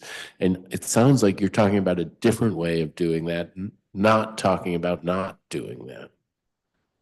That's correct. Yeah, I am talking about a radically different way of doing it. And when you say get out in front of it or get out to do it quickly, I'm talking about much quicker, weeks or months faster, not within this small period between a trial and the disposition hearing. Okay, last thing on this round and getting it 3 seconds, so it's cheating. You talked about some data requests that you had made from the, I think it was the Superior Court or and that you were waiting to get. Can you describe those data requests and can you provide us with the requests that you made and the data once you get it? Sure. The data that I'm requesting, and it's not a data request like give me this piece of data. What I want is access to the database so that we can do recidivism analysis. And specifically what we're looking for are disposition information for the youth that touch our system. And so we don't need to, and when I say access to the database, I'm not suggesting that I need to, be able to manipulate their data. CJCC has their data already. So if they're uncomfortable with DYRS, doing its own analysis, we could just provide them, here are the youth that were committed. Now we want to know from arrest to disposition, what happened to those youth over the next year, 2 years, 3 years, so that we can evaluate our programs and see what's effective and what isn't. All right, thank you very much. Thank you, Councilmember. Director, why do you suspect the CJCC may be uncomfortable with sharing the data? It's not the CJCC that's uncomfortable, it's the courts. So why do you suspect the courts? Well, I will just tell you what they told me, which is that they have an old system that they are in the process of upgrading and that they don't want to make any changes until they've upgraded their system. Okay. All right. We will follow up about that, but I wanted to come back to this one last point on the Road Act. So the unification component embedded within the bill, is it safe to say you support that aspect of coming up with a plan? Yes. Yes. And so if I'm summarizing, you support the unification aspects and you're okay with the timelines as long as you have the personnel and the funding to make it possible. Yes. Got it. Okay. Thank you. I want to move on. Can you walk me through DYRS's process for planning for a youth's reentry? So when does the planning begin? What are the coordinated steps the agency is taking, et cetera? Yeah. Can I just make one amendment to the last answer I made? Sure. On the Road Act, which is the, you mentioned the timelines, and the timelines are okay with one exception, which is the release youth within 30 days if they're not placed. So there is a component of the bill that says if youth are not placed within 30 days, They can request a hearing. they can request a hearing, but it creates a presumption of release in that bill. That's a creative way of looking at it, or it could be that it provides a level of accountability on the agency to justify or argue why the placement is not happening in 30 days. 30 days, which again is the stated goal. I'll just say that the language says shall release the youth unless good cause shown. I will So- revisit that and take a look at the language. Yes, and so I do not support that at all. I want to be clear that I do not support that. Thank you for that. But I want to make clear that is not my interpretation that the bill would automatically release youth after 30 days. It would provide a process for a hearing, but I will revisit the language to just make sure what is written matches my interpretation of the bill. Okay. Yeah. So walking me through the process for a youth's reentry, what does that look like at DYRS? So when a youth is completing their program, so I'll use New Beginnings as an example. We have a level system there.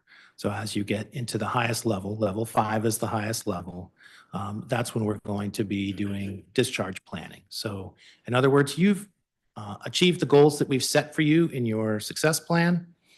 And now it's time to coordinate your next phase. And so we do have a committee that would gather and review those discharge plans. And that committee is going to review not just the progress of the youth, but what needs to happen post-release. Sometimes when we get to that point of doing discharge planning, we'll get information like from a credible messenger that says, hey, if you release this kid back into this neighborhood, someone's going to come after him. So interjecting there. So let's say a youth has been at DYRS for a year. They've successfully completed their training. They've been a model youth while detained. Who is owning that process within the facility? What team or individual is owning this youth's reentry into the community? So the behavioral health team, the treatment team is going to be the sort of driver of the bus, right? Because they're going to be the ones to weigh in on the progress that a young person's made. I mentioned the juvenile justice institutional coordinators, the JJICs. These are the case managers that work in the facilities. They will be part of that team as well. And then the care coordination team. This is the. So you have the behavioral health team, the care coordination team, the case manager. Who gets the final say that this young person gets to leave detention and reenter society? It will be the deputy director. The deputy director. Yes. Got it. And what does coordination look like for other child advocates or community stakeholders? I'm sorry, what is outside of DYRS? So it sounds like the teams that are coordinating on the reentry plan are internal to DYRS. right? Are there external partners or stakeholders that get to weigh in on what that reentry plan looks like for that young person? They do. They weigh in, and they certainly do give their thoughts and input. I'd have to look and see if the procedure has anything formalized for external stakeholders. I know that with the team decision-making meetings, the TDM meetings, attorneys are not just allowed, but they're required to be availed to those meetings. We of course include families because they're a big component of what we need to do to address needs back in the community.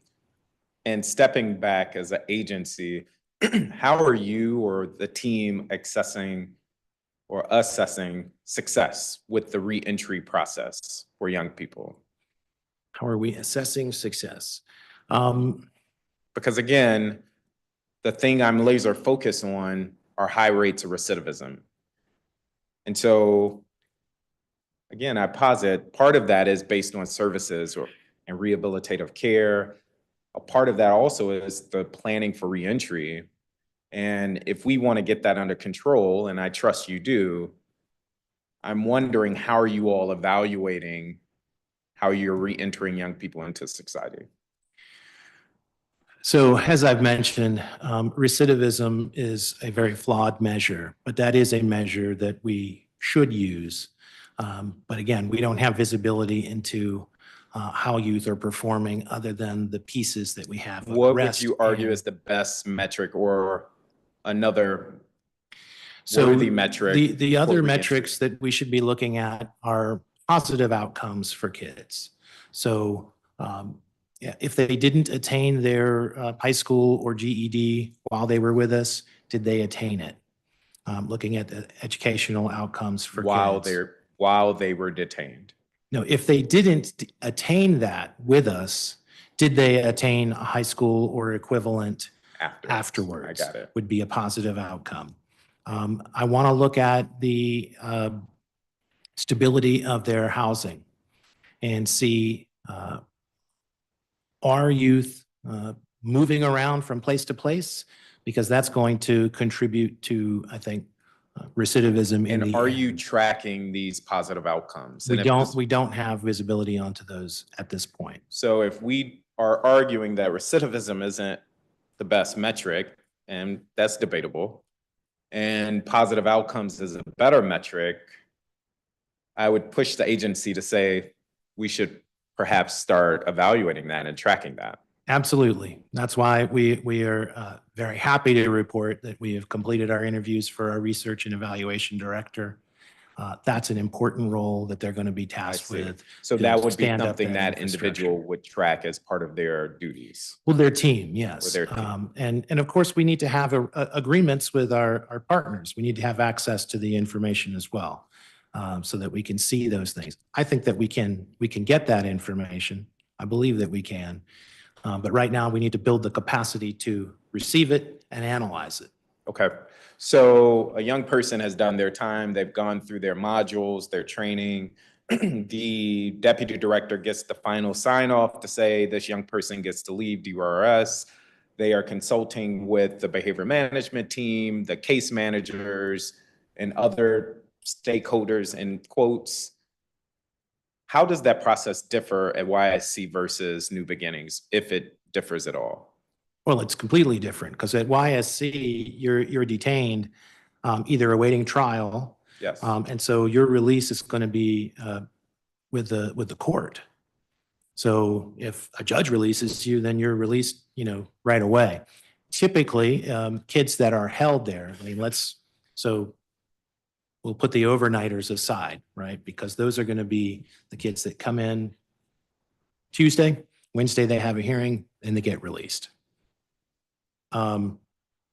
Kids that are held awaiting their trial, if their case if they're found not guilty, they get released right away, right? There's no planning, there's no anything that's done. We immediately must release that youth. We no longer have any jurisdiction over that. I understand person. that. I do want to be mindful of the clock.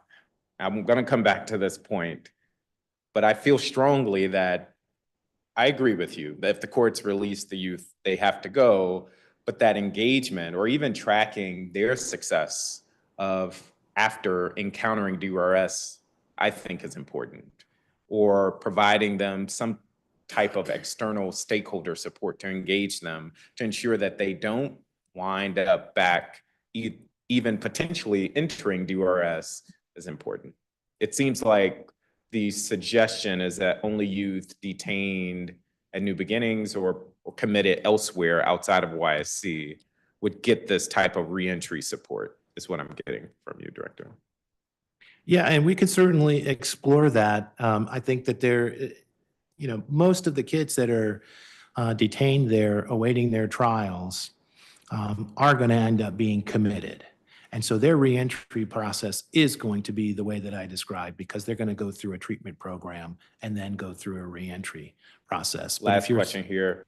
I'm going to turn it to my colleague, but in that process begins, the clock starts when they are actually committed.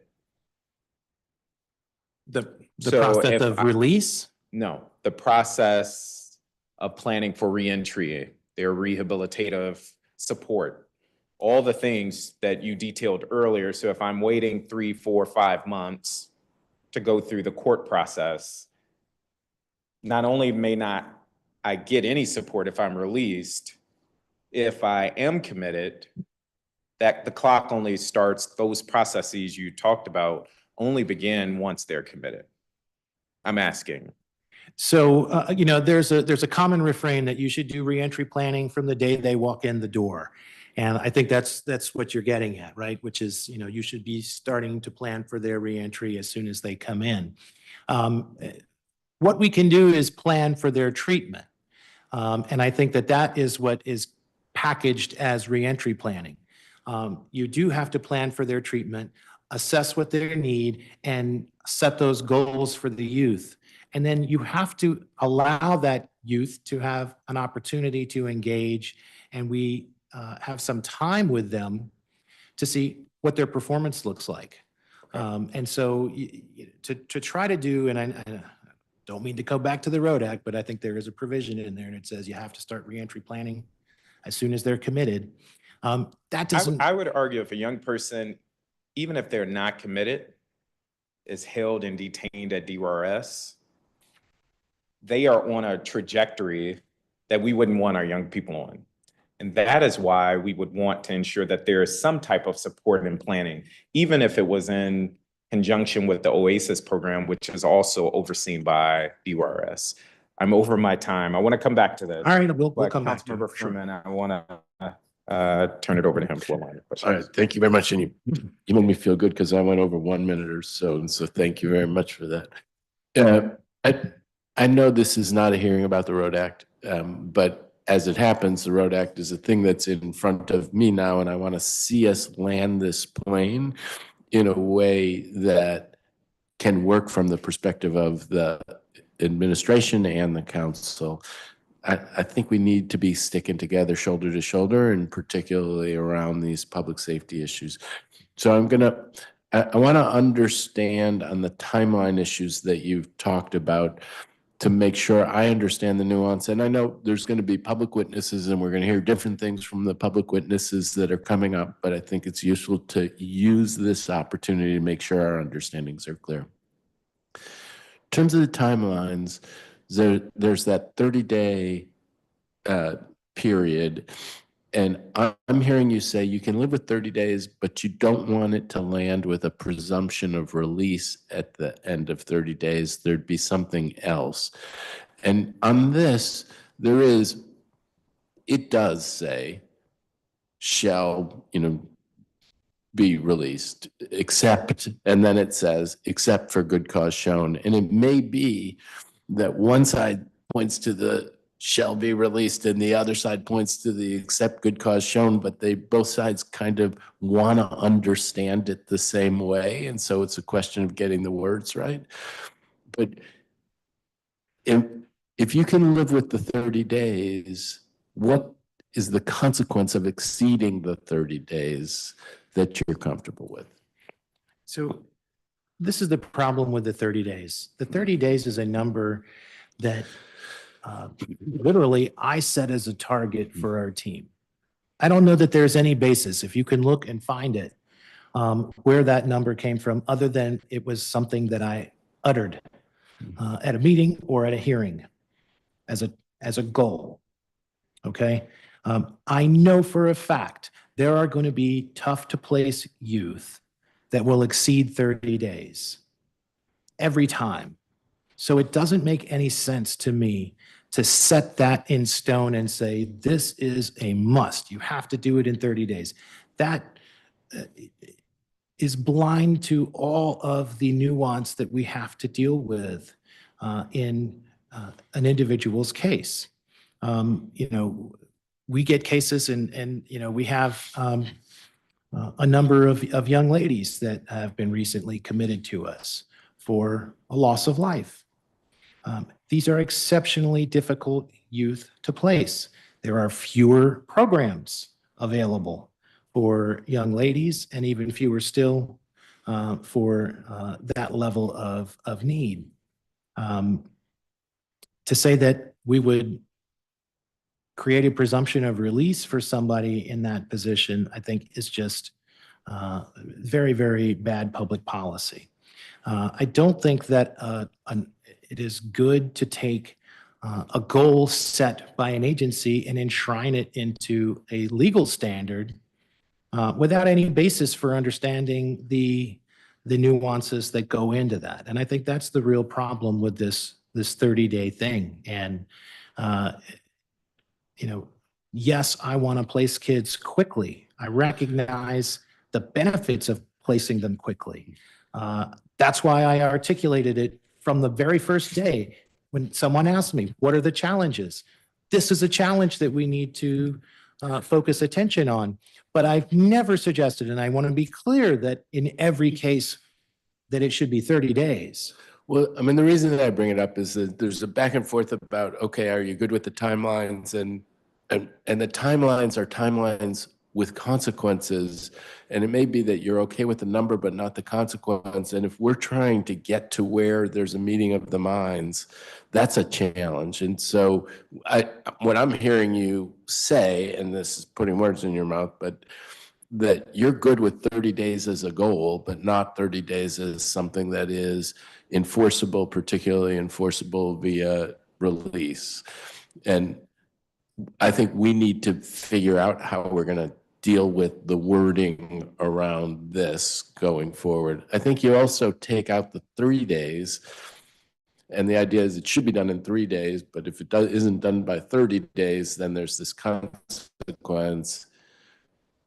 We need to figure out how to make those things work. One of the things you also say is you're okay if you have the staff, but I'm actually hearing you, a different thing you've said is the Attorney General should be leading this process and we participating. Is it that you need additional staff even just to participate in the OHG process, or you need the additional staff and then you could lead that process? The additional staff are for doing assessments within 10 days.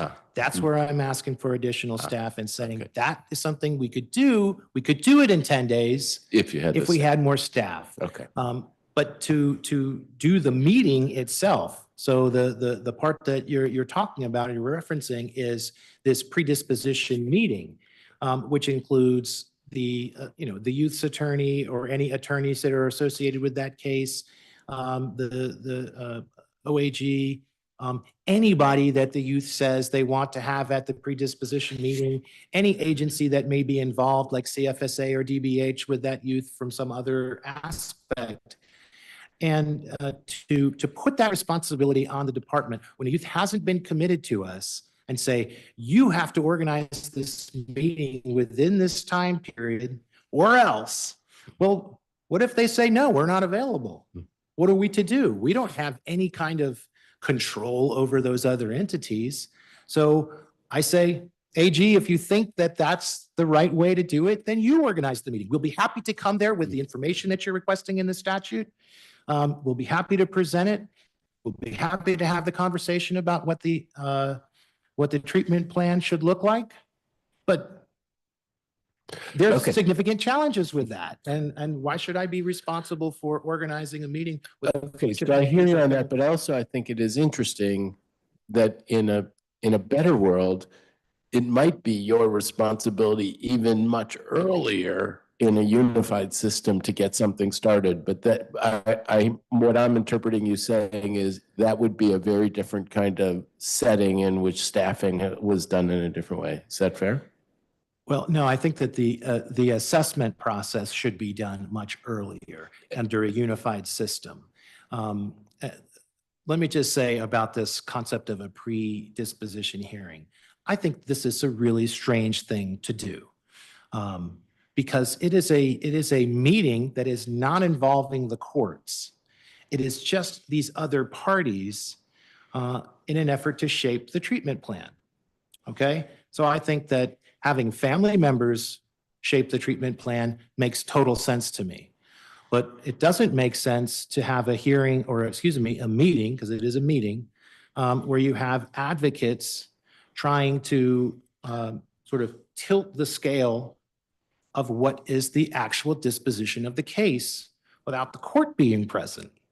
Those are matters that should be done in a hearing. If you're going to have a conversation about, well, what should be the ultimate outcome? Why are we doing that without the court? I think that is something that is troubling to me. But I have, in terms of the bill itself, if you want to have that meeting, I suppose we can have that meeting. I'm not saying, and I'm not endorsing it as a good practice. I'm just not objecting to it. So I want to put that on the record. Okay, so then the last thing, and then Chairman Parker, you'll be happy to know that I need to go to something else and give you free rein. A different thing on timing that I think you've raised is about the review of treatment plans, that currently there can be a review every 6 months. And I think that moves to every 3 months. And are you okay with that change from 6 months to 3 months? No, I don't agree with that change.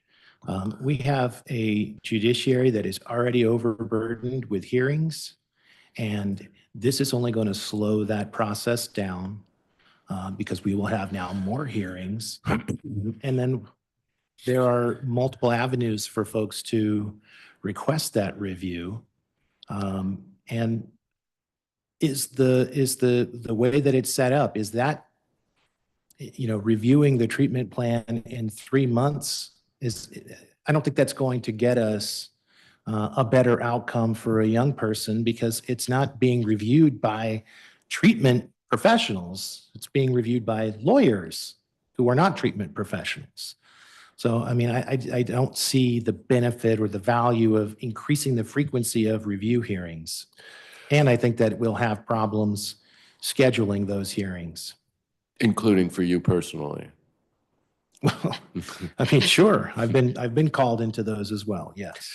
All right, well, I wanted to use the time to identify where there's space between us, because I think we want to address those places where there's space between us, between first and second vote on this legislation. So I'm under a minute over, and I'm gonna call it a day on that. Thank you very much for your testimony and your service, and thank you, Chairman Parker.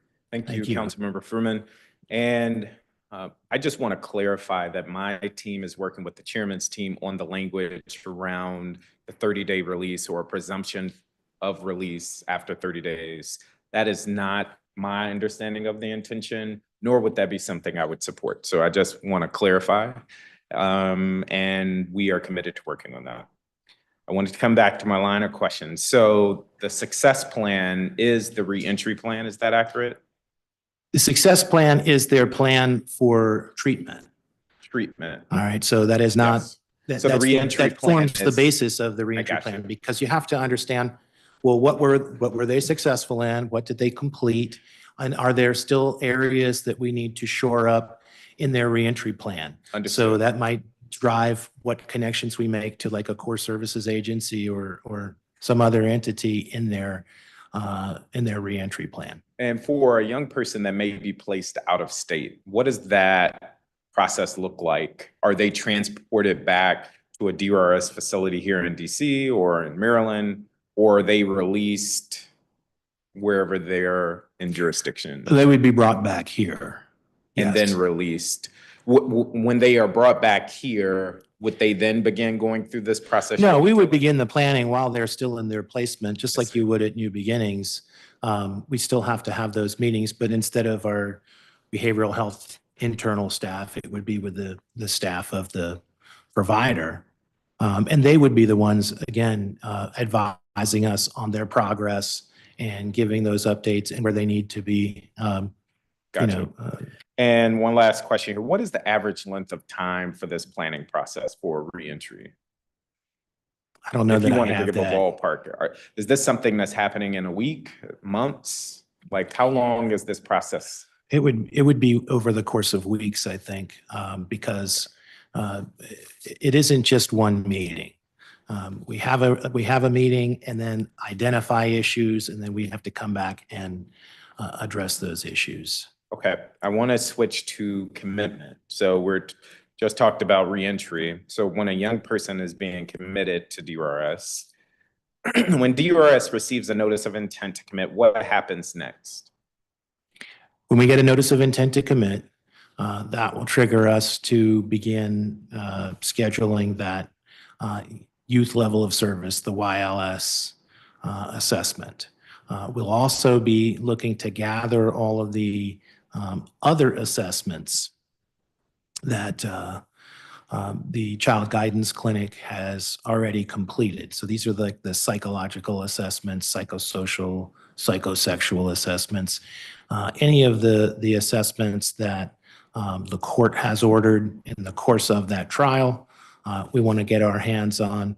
We also want to get all of the information about the offense, the police narrative, to form the package that we use to either make our placement decision at New Beginnings or to refer a youth to a private provider. And so now that a kid is committed, who is responsible for the placement of that youth?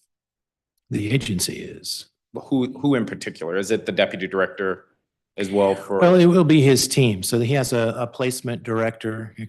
We actually added a position. So there are 2 people now that are focused on making placements. And so they meet weekly to review all of the youth that are awaiting placement, and to see what progress are we making on each individual case. So if we've made a referral to a number of providers, what responses did we get? Did they ask for additional information? What do we need to do to make it happen for that particular kid? And for these hard to place youth, and so one category I remember you mentioning is youth that are suffering severe mental needs, that there aren't many facilities that may be suited to care for them in that capacity. Is there a special process for these youth that are hard to place as it relates to this commitment process? It's not a separate process. All of the kids awaiting placement are reviewed every week. Got it.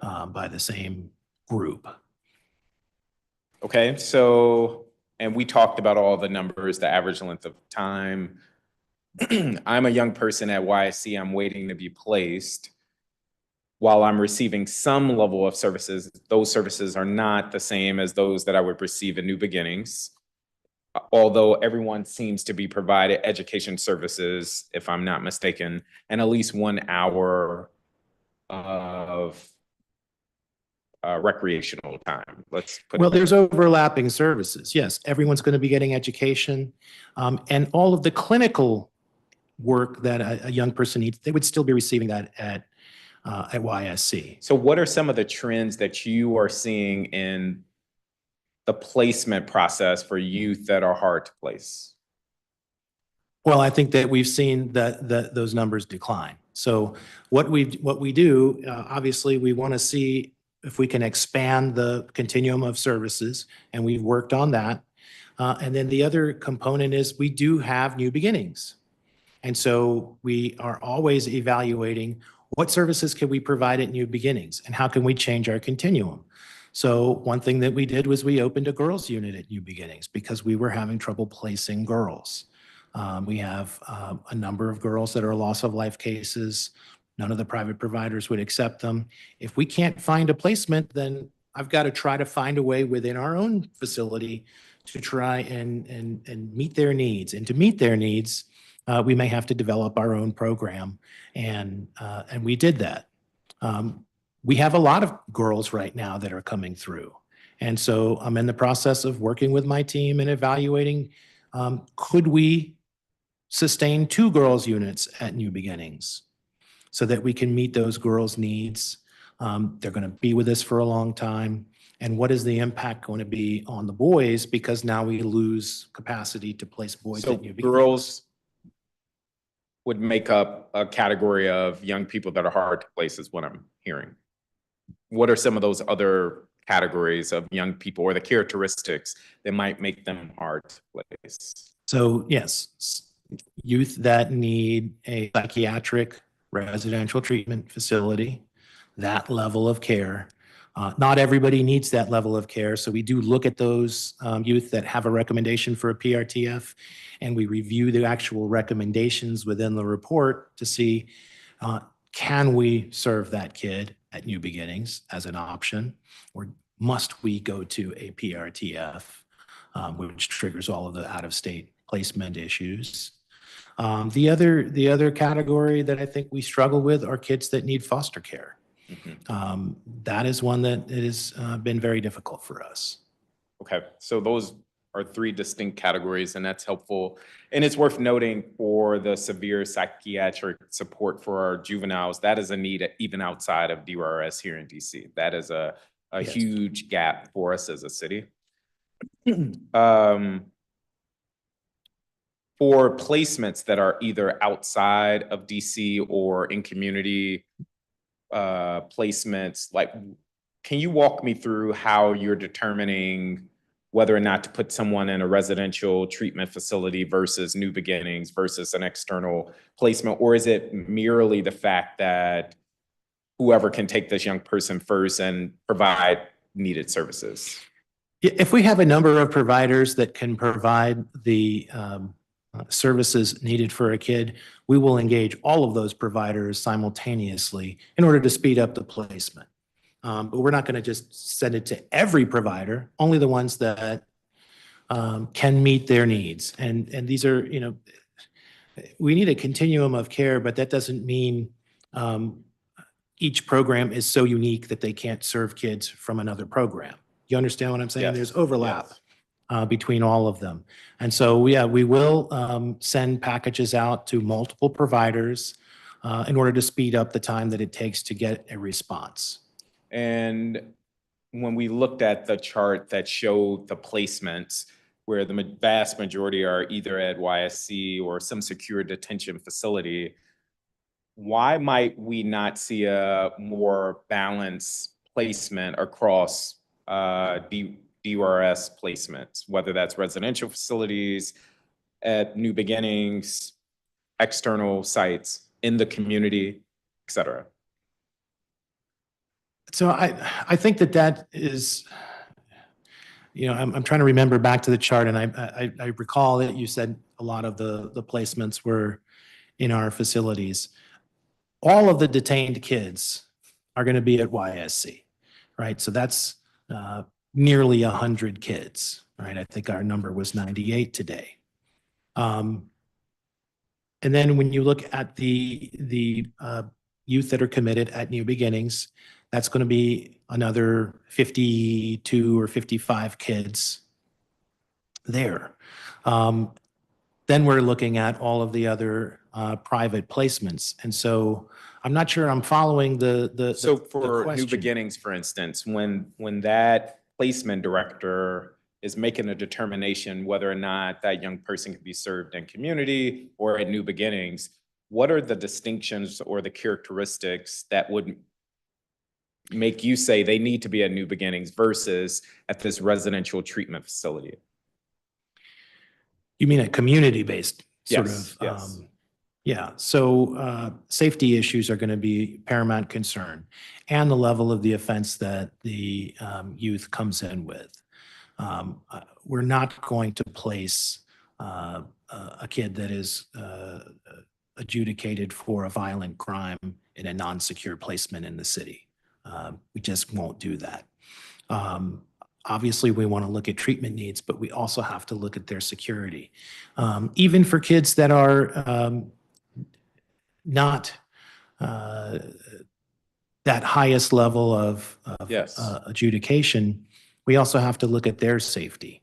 And so we do have, unfortunately, incidents where kids are being sought by rivals. And we've had shootings at group homes. And if they're targeting somebody, then we need to get them out of there, because a group home in the district is non-secure. You can walk right out. Zooming out, you would argue that safety is the leading reason why more young people are placed at New Beginnings than in a residential, well, I mean, community-based place. I'm not going to just say that's the number one reason, but that is a big factor in terms of looking at the security level of the placement. That is the driving factor on the security level, but the placements are going to be made based on their treatment needs. And does this program meet their treatment needs? I got you. Okay. I want to switch gears to behavioral health services and programming. You talked at length about a number of the programs, so I'm not going to be redundant in asking about those. Can you talk about the coordination that exists between DYRS and the Department of Behavioral Health, for instance? Oh, yes. As well as other agencies that would support your behavioral health program. So I regularly communicate with Dr. Bazran. We are currently collaborating on a couple of different things. One is an independent living program that they operate. We want to get access to that. I believe they're doing some capital improvements, and we're working to open up opportunities that we can place youth into this independent living program called Wayne's Place. We also received a grant for $500,000 for substance use interventions. And so we're working closely with them on developing that scope of work.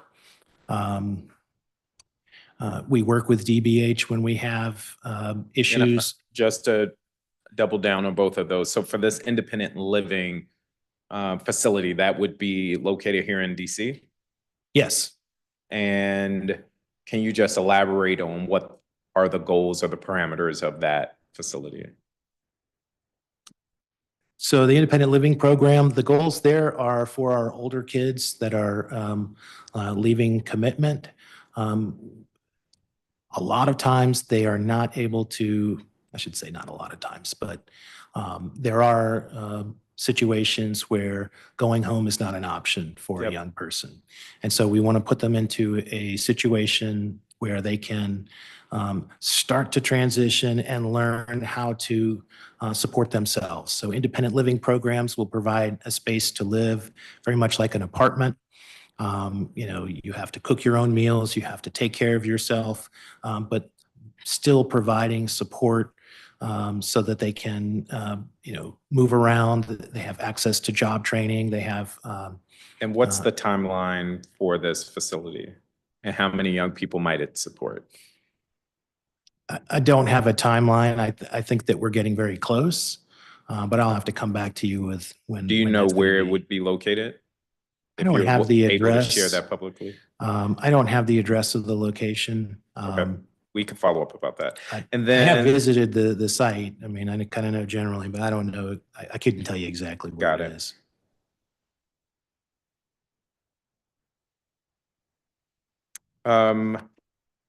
let me go. I'm gonna move on.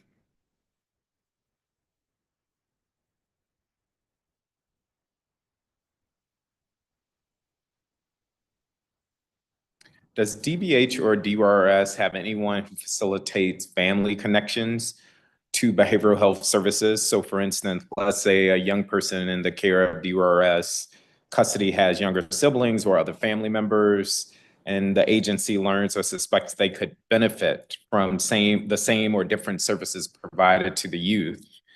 Is there a process for acting on that information? I'm not familiar enough to do what that process is. I know that we have different opportunities to connect youth, for instance, with or family members. Yes. With young people that come into our curfew center. We have an MOA with all of the child serving agencies, including DBH, CFSA, and others, that if we identify somebody that has a need or has a family need, we can make a referral for that family member through that process. So going back to that reentry plan, that would be a great example of needed coordination with DBH, for instance, that would provide those wraparound and long-term supports for that young person when they're leaving DYRS. Not to necessarily say it should be all on your agency, but we as a city should be thinking more comprehensively around how we ensure these young people don't return. One other question I wanted to follow up on, when we visited YSC, we heard from some of the young people that they weren't allowed to talk with their siblings or non-guardians, so their parents or grandparents. And some of that may be because of security. Is that the stated policy at New Beginnings as well? That youth cannot talk to. So the young people at YSC said they would love to talk with their brother or have visits with non-guardian family members. In this context, I remember a young person mentioning more so phone calls. And one of the concerns expressed by staff was around safety and just ensuring that when you say this is a brother, that really is a brother. Yeah, and I can imagine and respect that policy. Right. To a certain extent. I'm asking, is it the same stated policy at New Beginnings? So families can visit young people. It's not that we restrict that only parents or caregivers can visit their young person. Others can visit them, but they have to be on an approved list.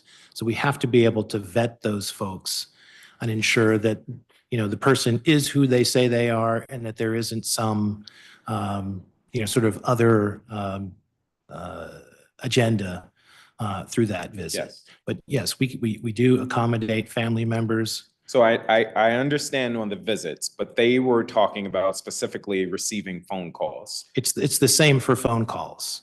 You have to be on an approved list in order to receive those phone calls. What we have to guard against is folks coordinating on things that are, illegal activities outside of the facility. Understood. Yep. Or, yes.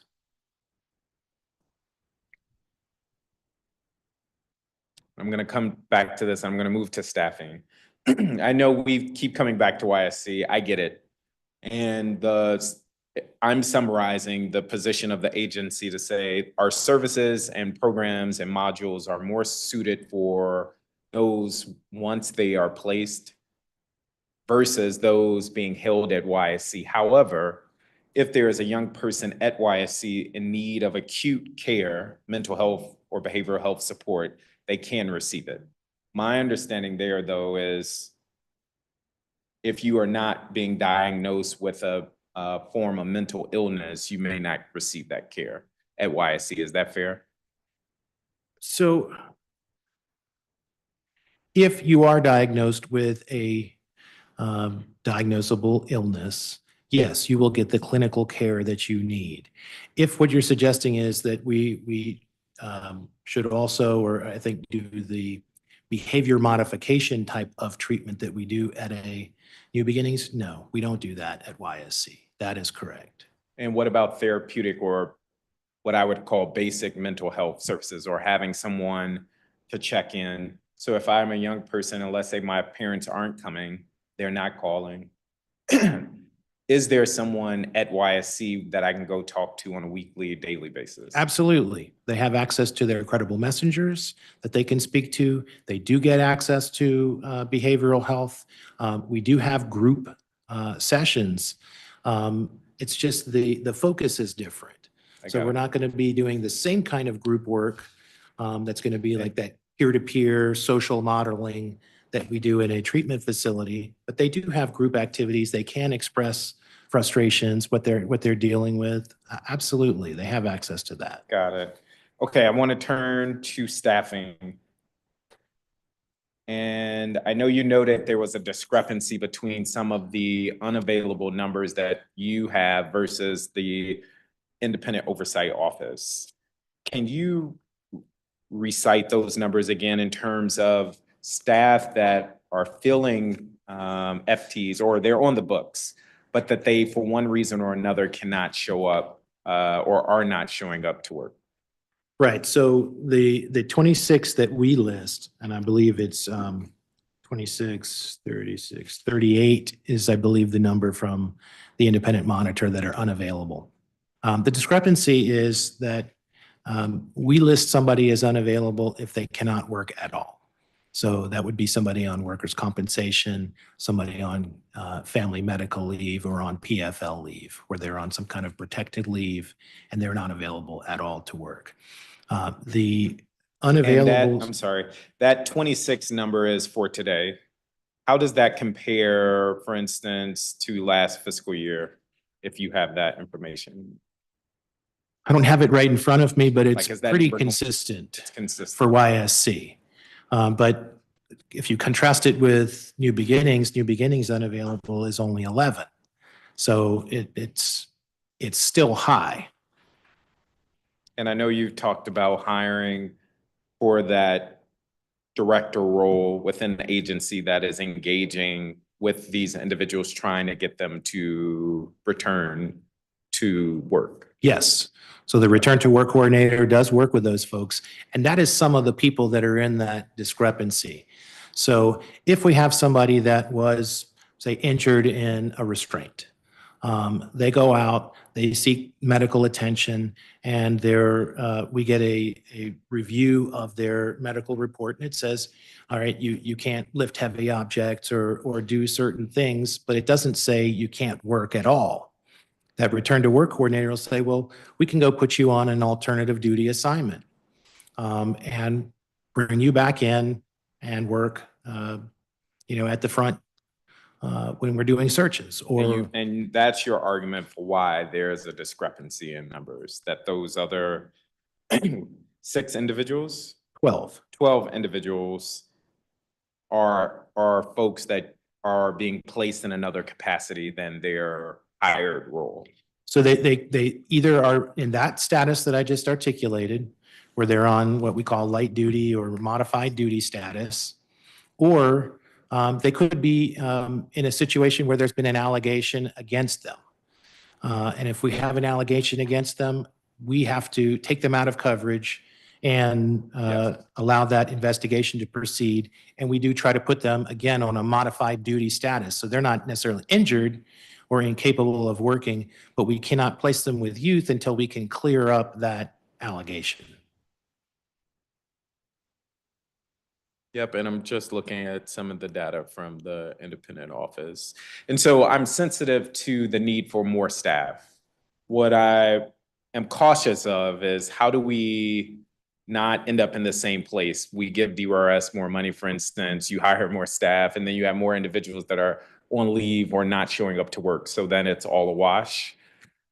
And so what are you finding as a reason for these 25 plus individuals being on leave? So YSC is, a different operation. As you know, it's a detention facility, and kids are less well known to us than they are at New Beginnings.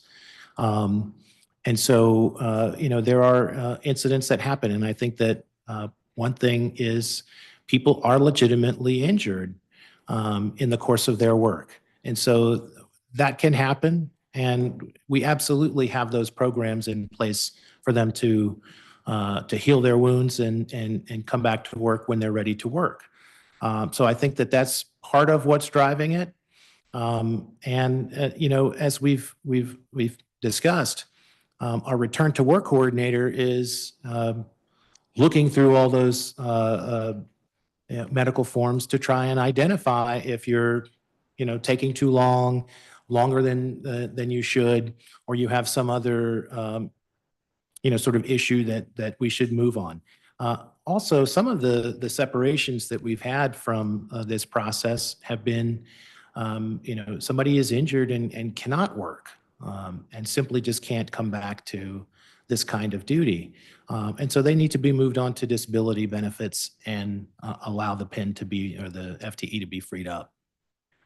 So I don't think that getting more positions is going to drive this number up at all. It is what it is, and we need to continue down the path that we're on, which is to scrutinize it all, ensure that any funny business is ferreted out, and that we hold people accountable, and then bring them back to work as soon as we possibly can in some capacity. Yep. I want to come to another topic, and we talked offline, but I think it's important for us to get this on the record about the elimination of the TDM position or roles. We've heard from individuals within the agency that would say, with the elimination of the TDM roles and the transition of those folks to become case managers, especially more veteran staffers at DYRS, those that have been there 15 plus years, they are now at a disadvantage. One of the questions posed, and I will share this with you, and if you want to elaborate and give more context here, you can. Why are those that used to be on the TDM team or in that position only allowed to now be case managers versus other roles or other senior positions within the agency? Well, that's the role that is, firstly, I mean, in terms of and I need to be somewhat careful about this because we are in phases of, I don't want to say negotiations, but they're grieving this. They're in the grievance So taking a process step back, with the union. can you detail what the TDM team did? Yeah, and they what would their task? schedule meetings with the team decision-making meetings. So these are the meetings that include the youth's attorney, family members, our treatment team, to gather together to make decisions on how we move forward with youth, whether it's reentry planning or preparing for their treatment services. So when you mentioned earlier that the deputy director would make the final determination, but in consultation with the behavioral management team and case managers, prior, that deputy director would have been working also with the TDM team. Well, the TDM team was just there to schedule.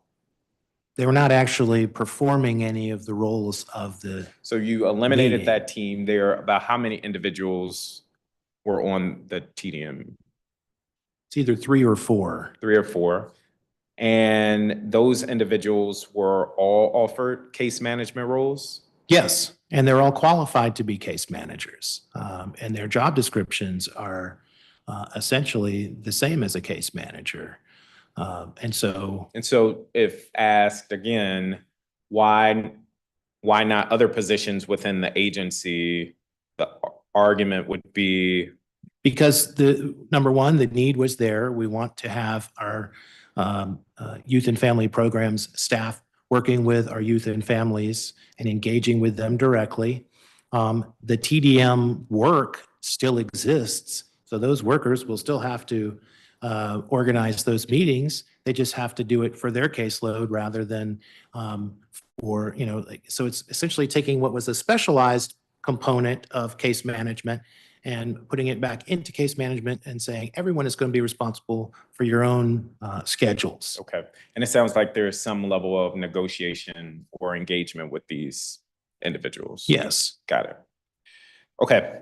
Can you describe how DYRS ensures that it can communicate with detained or committed youth for whom English is not their primary language?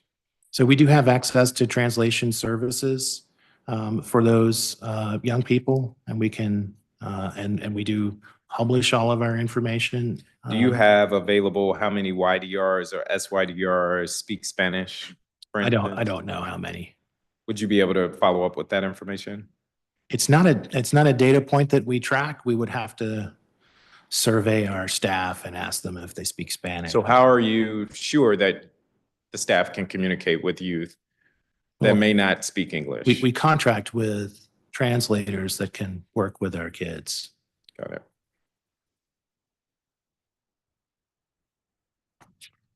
All right.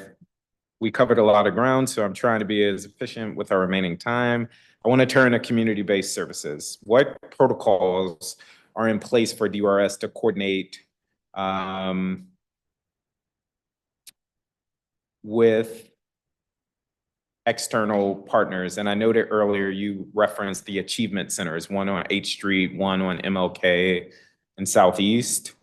So how are these achievement centers, for instance, coordinating with other agencies and teams to provide support to young people? So we have a behavioral health, a clinician, a PhD psychologist, and they work to connect young people. So this kind of goes back to your question about DBH with the core services teams in the community. So that is our sort of point of contact for young people that are out of commitment to engage with them and get them connected to services that are outside of DYRS.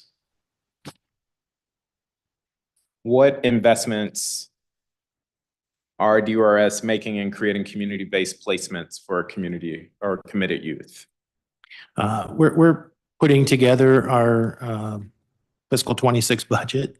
We're in that process, so that will be something that we'll reveal when we're submit. So that. it's how much of the decision to place youth and community-based programs determined by resources or money versus security and those other considerations that we discussed earlier? There isn't a money issue for, I mean, if you're talking about a community-based program like a group home, we have funding for group homes and we use group homes. So there isn't a funding issue. Are you contracting for group home placements in DC Yes. for girls and boys? I'll double check on the group homes. I know we have shelter homes for girls and boys. And our shelter and group home contracts are flexible contracts so that we can move them from one to another So, I mean, yes, we have services, but I just want to be sure that they're in the group home category and Yes. not the shelter home category. And I know you mentioned that foster care youth are hard to place traditionally.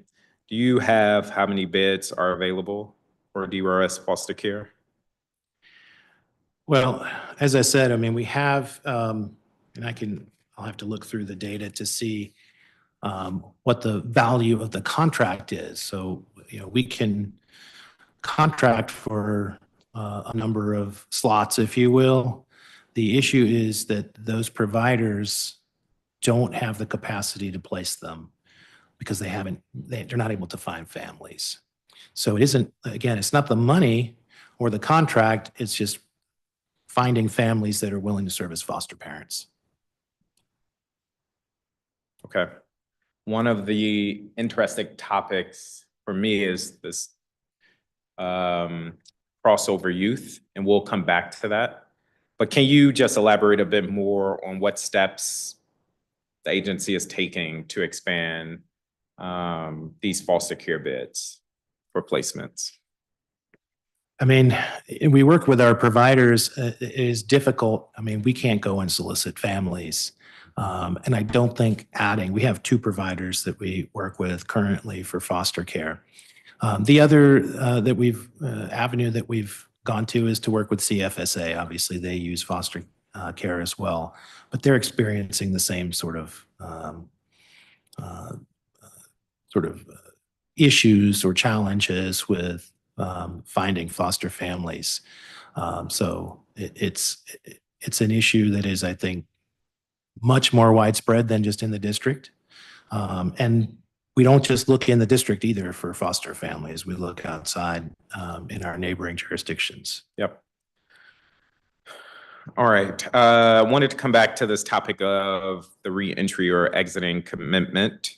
You talked about the partnership with the Department of Behavioral Health and the facility that you're standing up. Are there other means of support with housing, education, or transitional support that DYRS is providing to young people that are exiting commitment? Yeah, we have post-committed services for young people. So even after their commitment ends, they can continue to receive services from us until, I believe, age 26. And so kids access that through the achievement centers. They can come and get clothing, they can get food, they can get job training. So we continue to support kids even past our jurisdictional limits in terms of like what we can do in commitment. We're permitted under the law to serve kids and up until age 26. And how many young people are taking advantage of those achievement centers? We have it in our pile of data. Let me come back to that. If you could follow up with that, that would be helpful. And again, I would just go back to this coordinated planning and programming, which would not only help these young people, but I think drive down our rates of recidivism. I want to turn to Medicaid.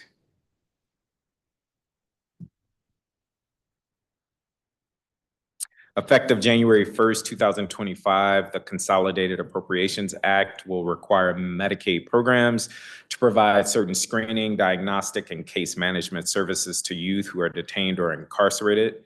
What is the agency's work to ensure compliance with the CAA by January 1st, 2025? So we're working with the Department of Healthcare Finance, and we have developed plans to adopt that, as well as the changes to Medicaid that permit youth that are incarcerated to receive, or the district to receive reimbursement for services that we provide those kids.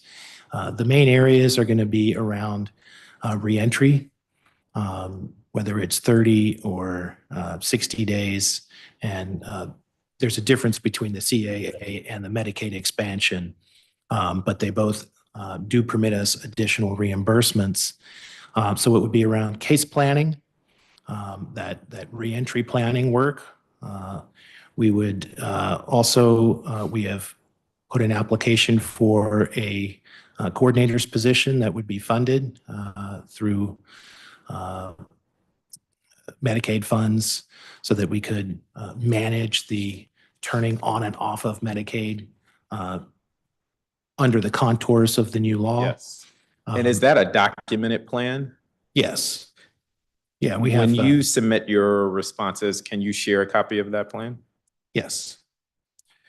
In June 2024, DC submitted a Section 1115 Medicaid demonstration renewal request to the agency.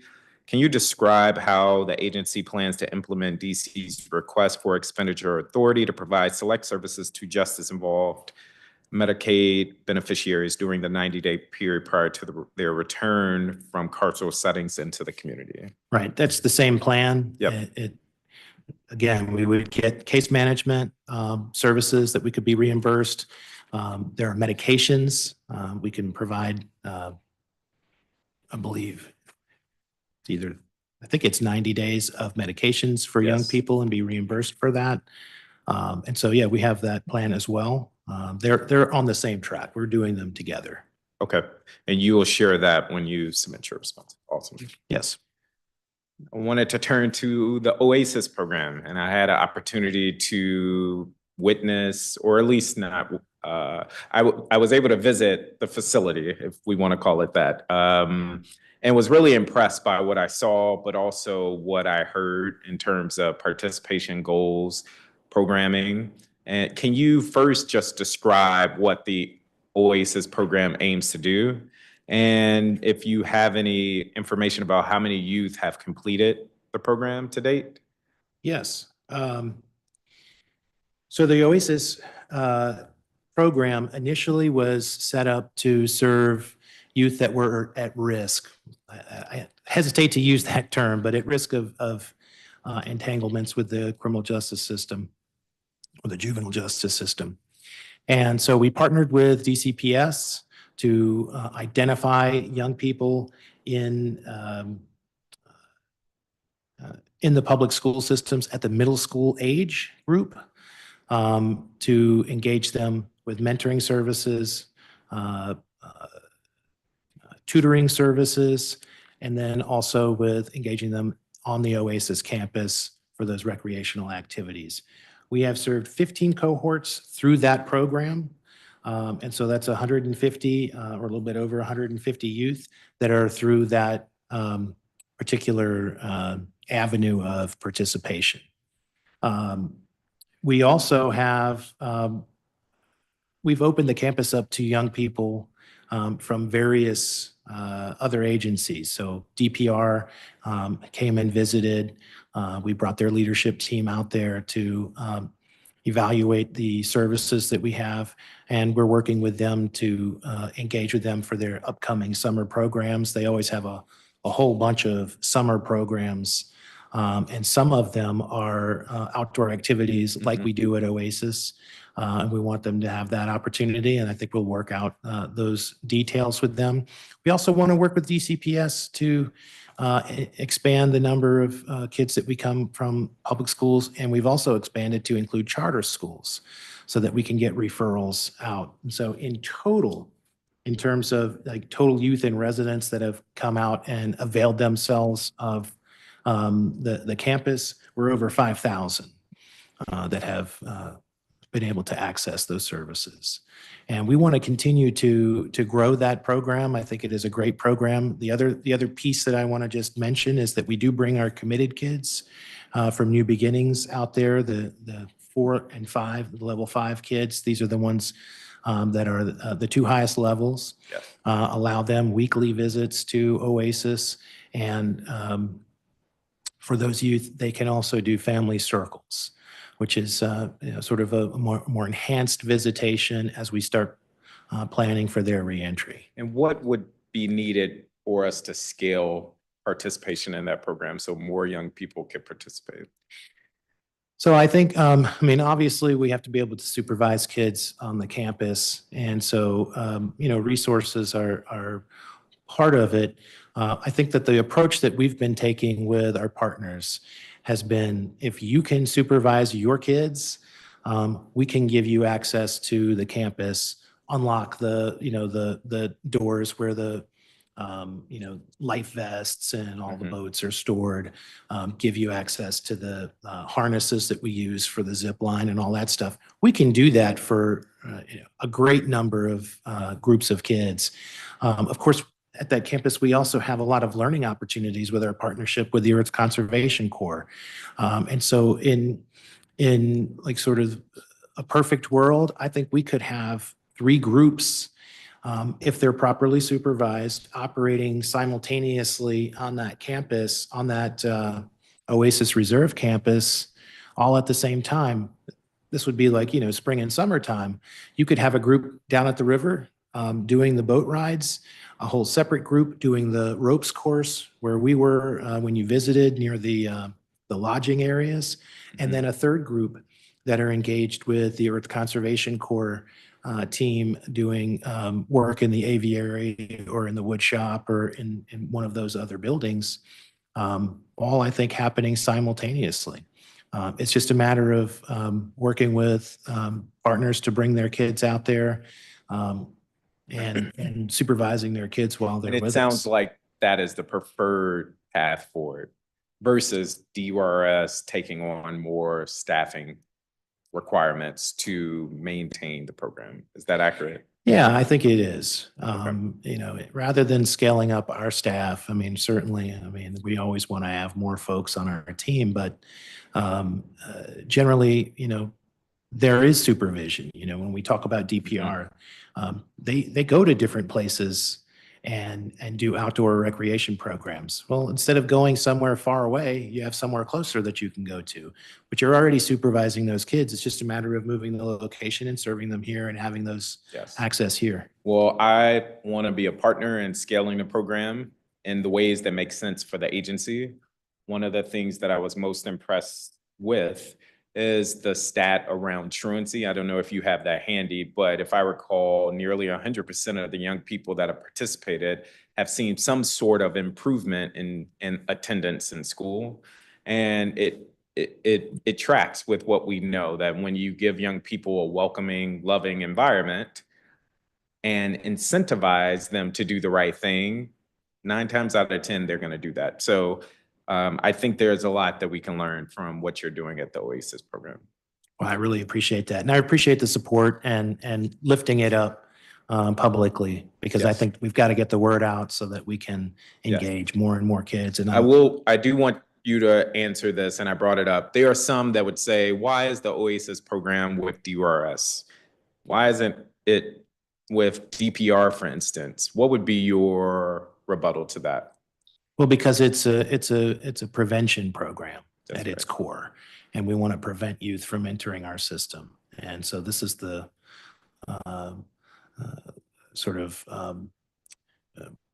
pathway that we've developed in order to do that. And we understand that, it could be an education program, it could be a DPR program, it could be a lot of different folks that do this.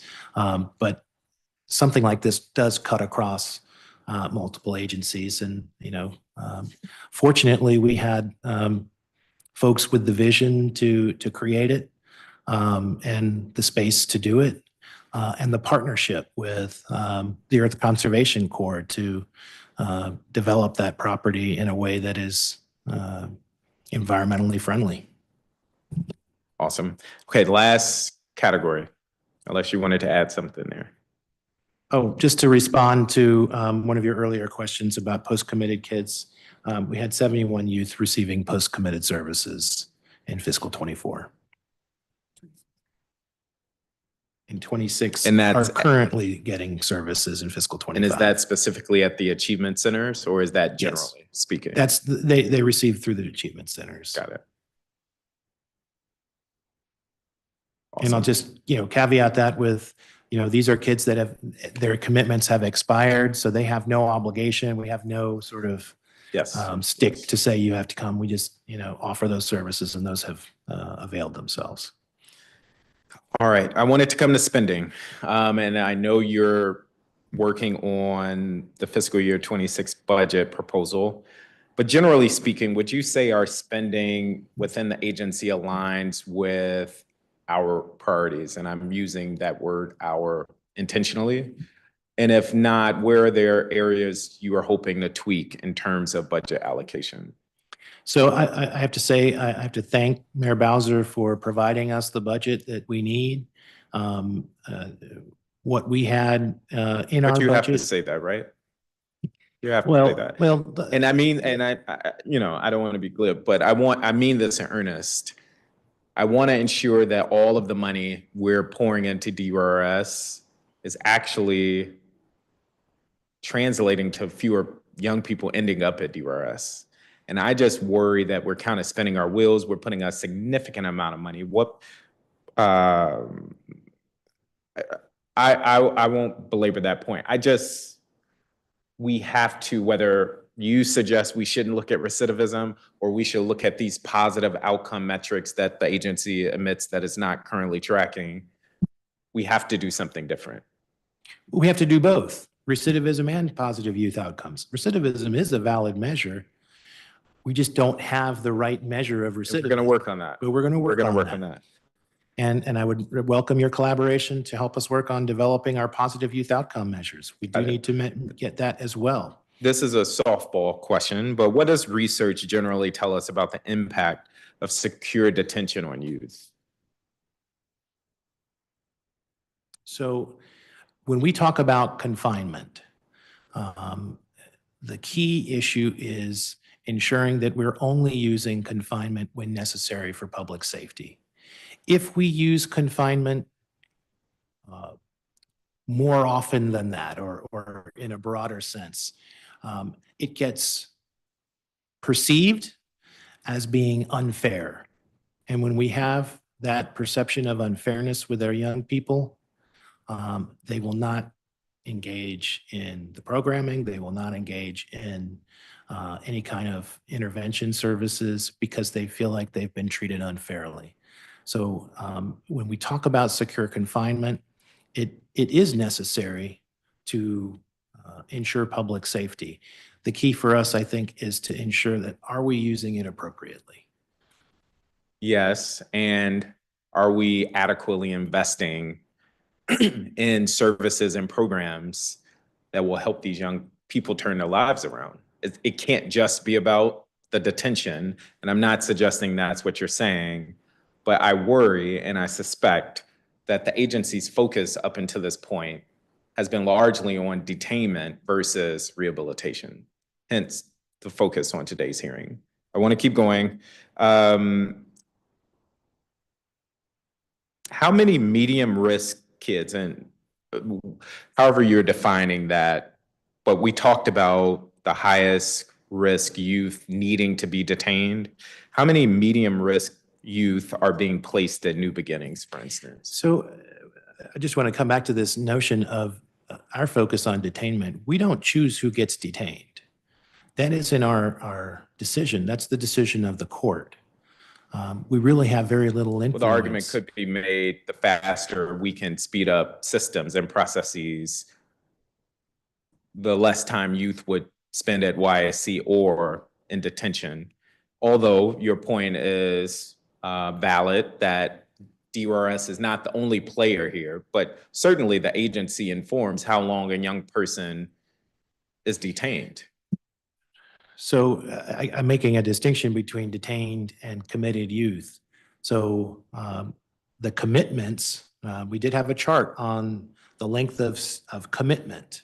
That is also set by the court, how long somebody is committed with us. What we can do is release a young person back into the community while they're committed to us. And I think that's what you're getting at in terms of the length of time that they're in that committed program. Yes, we do have that measure of control to release youth, and we always want to release youth back into the community prior to their commitment expiring. I just want it with the appropriate support. So the argument is not just let's release youth for the sake of it. We want them to have the programming and supports to be able to turn their life around. Right, and that's why we want to do it while they're still committed to us, so we can provide that full array of services and provide the supervision. If we waited until the commitment ended and then released a youth, we wouldn't be able to engage them other than as a post-committed youth if they choose to. But it sounds like as part of your fiscal year 26 budget development, you're looking at what additional resources might be needed to place more youth in community-based programs. Is that accurate? We are looking at the mix of programs. Okay. How do you think we build out more community-based programs for placement? How do we build more community-based programs?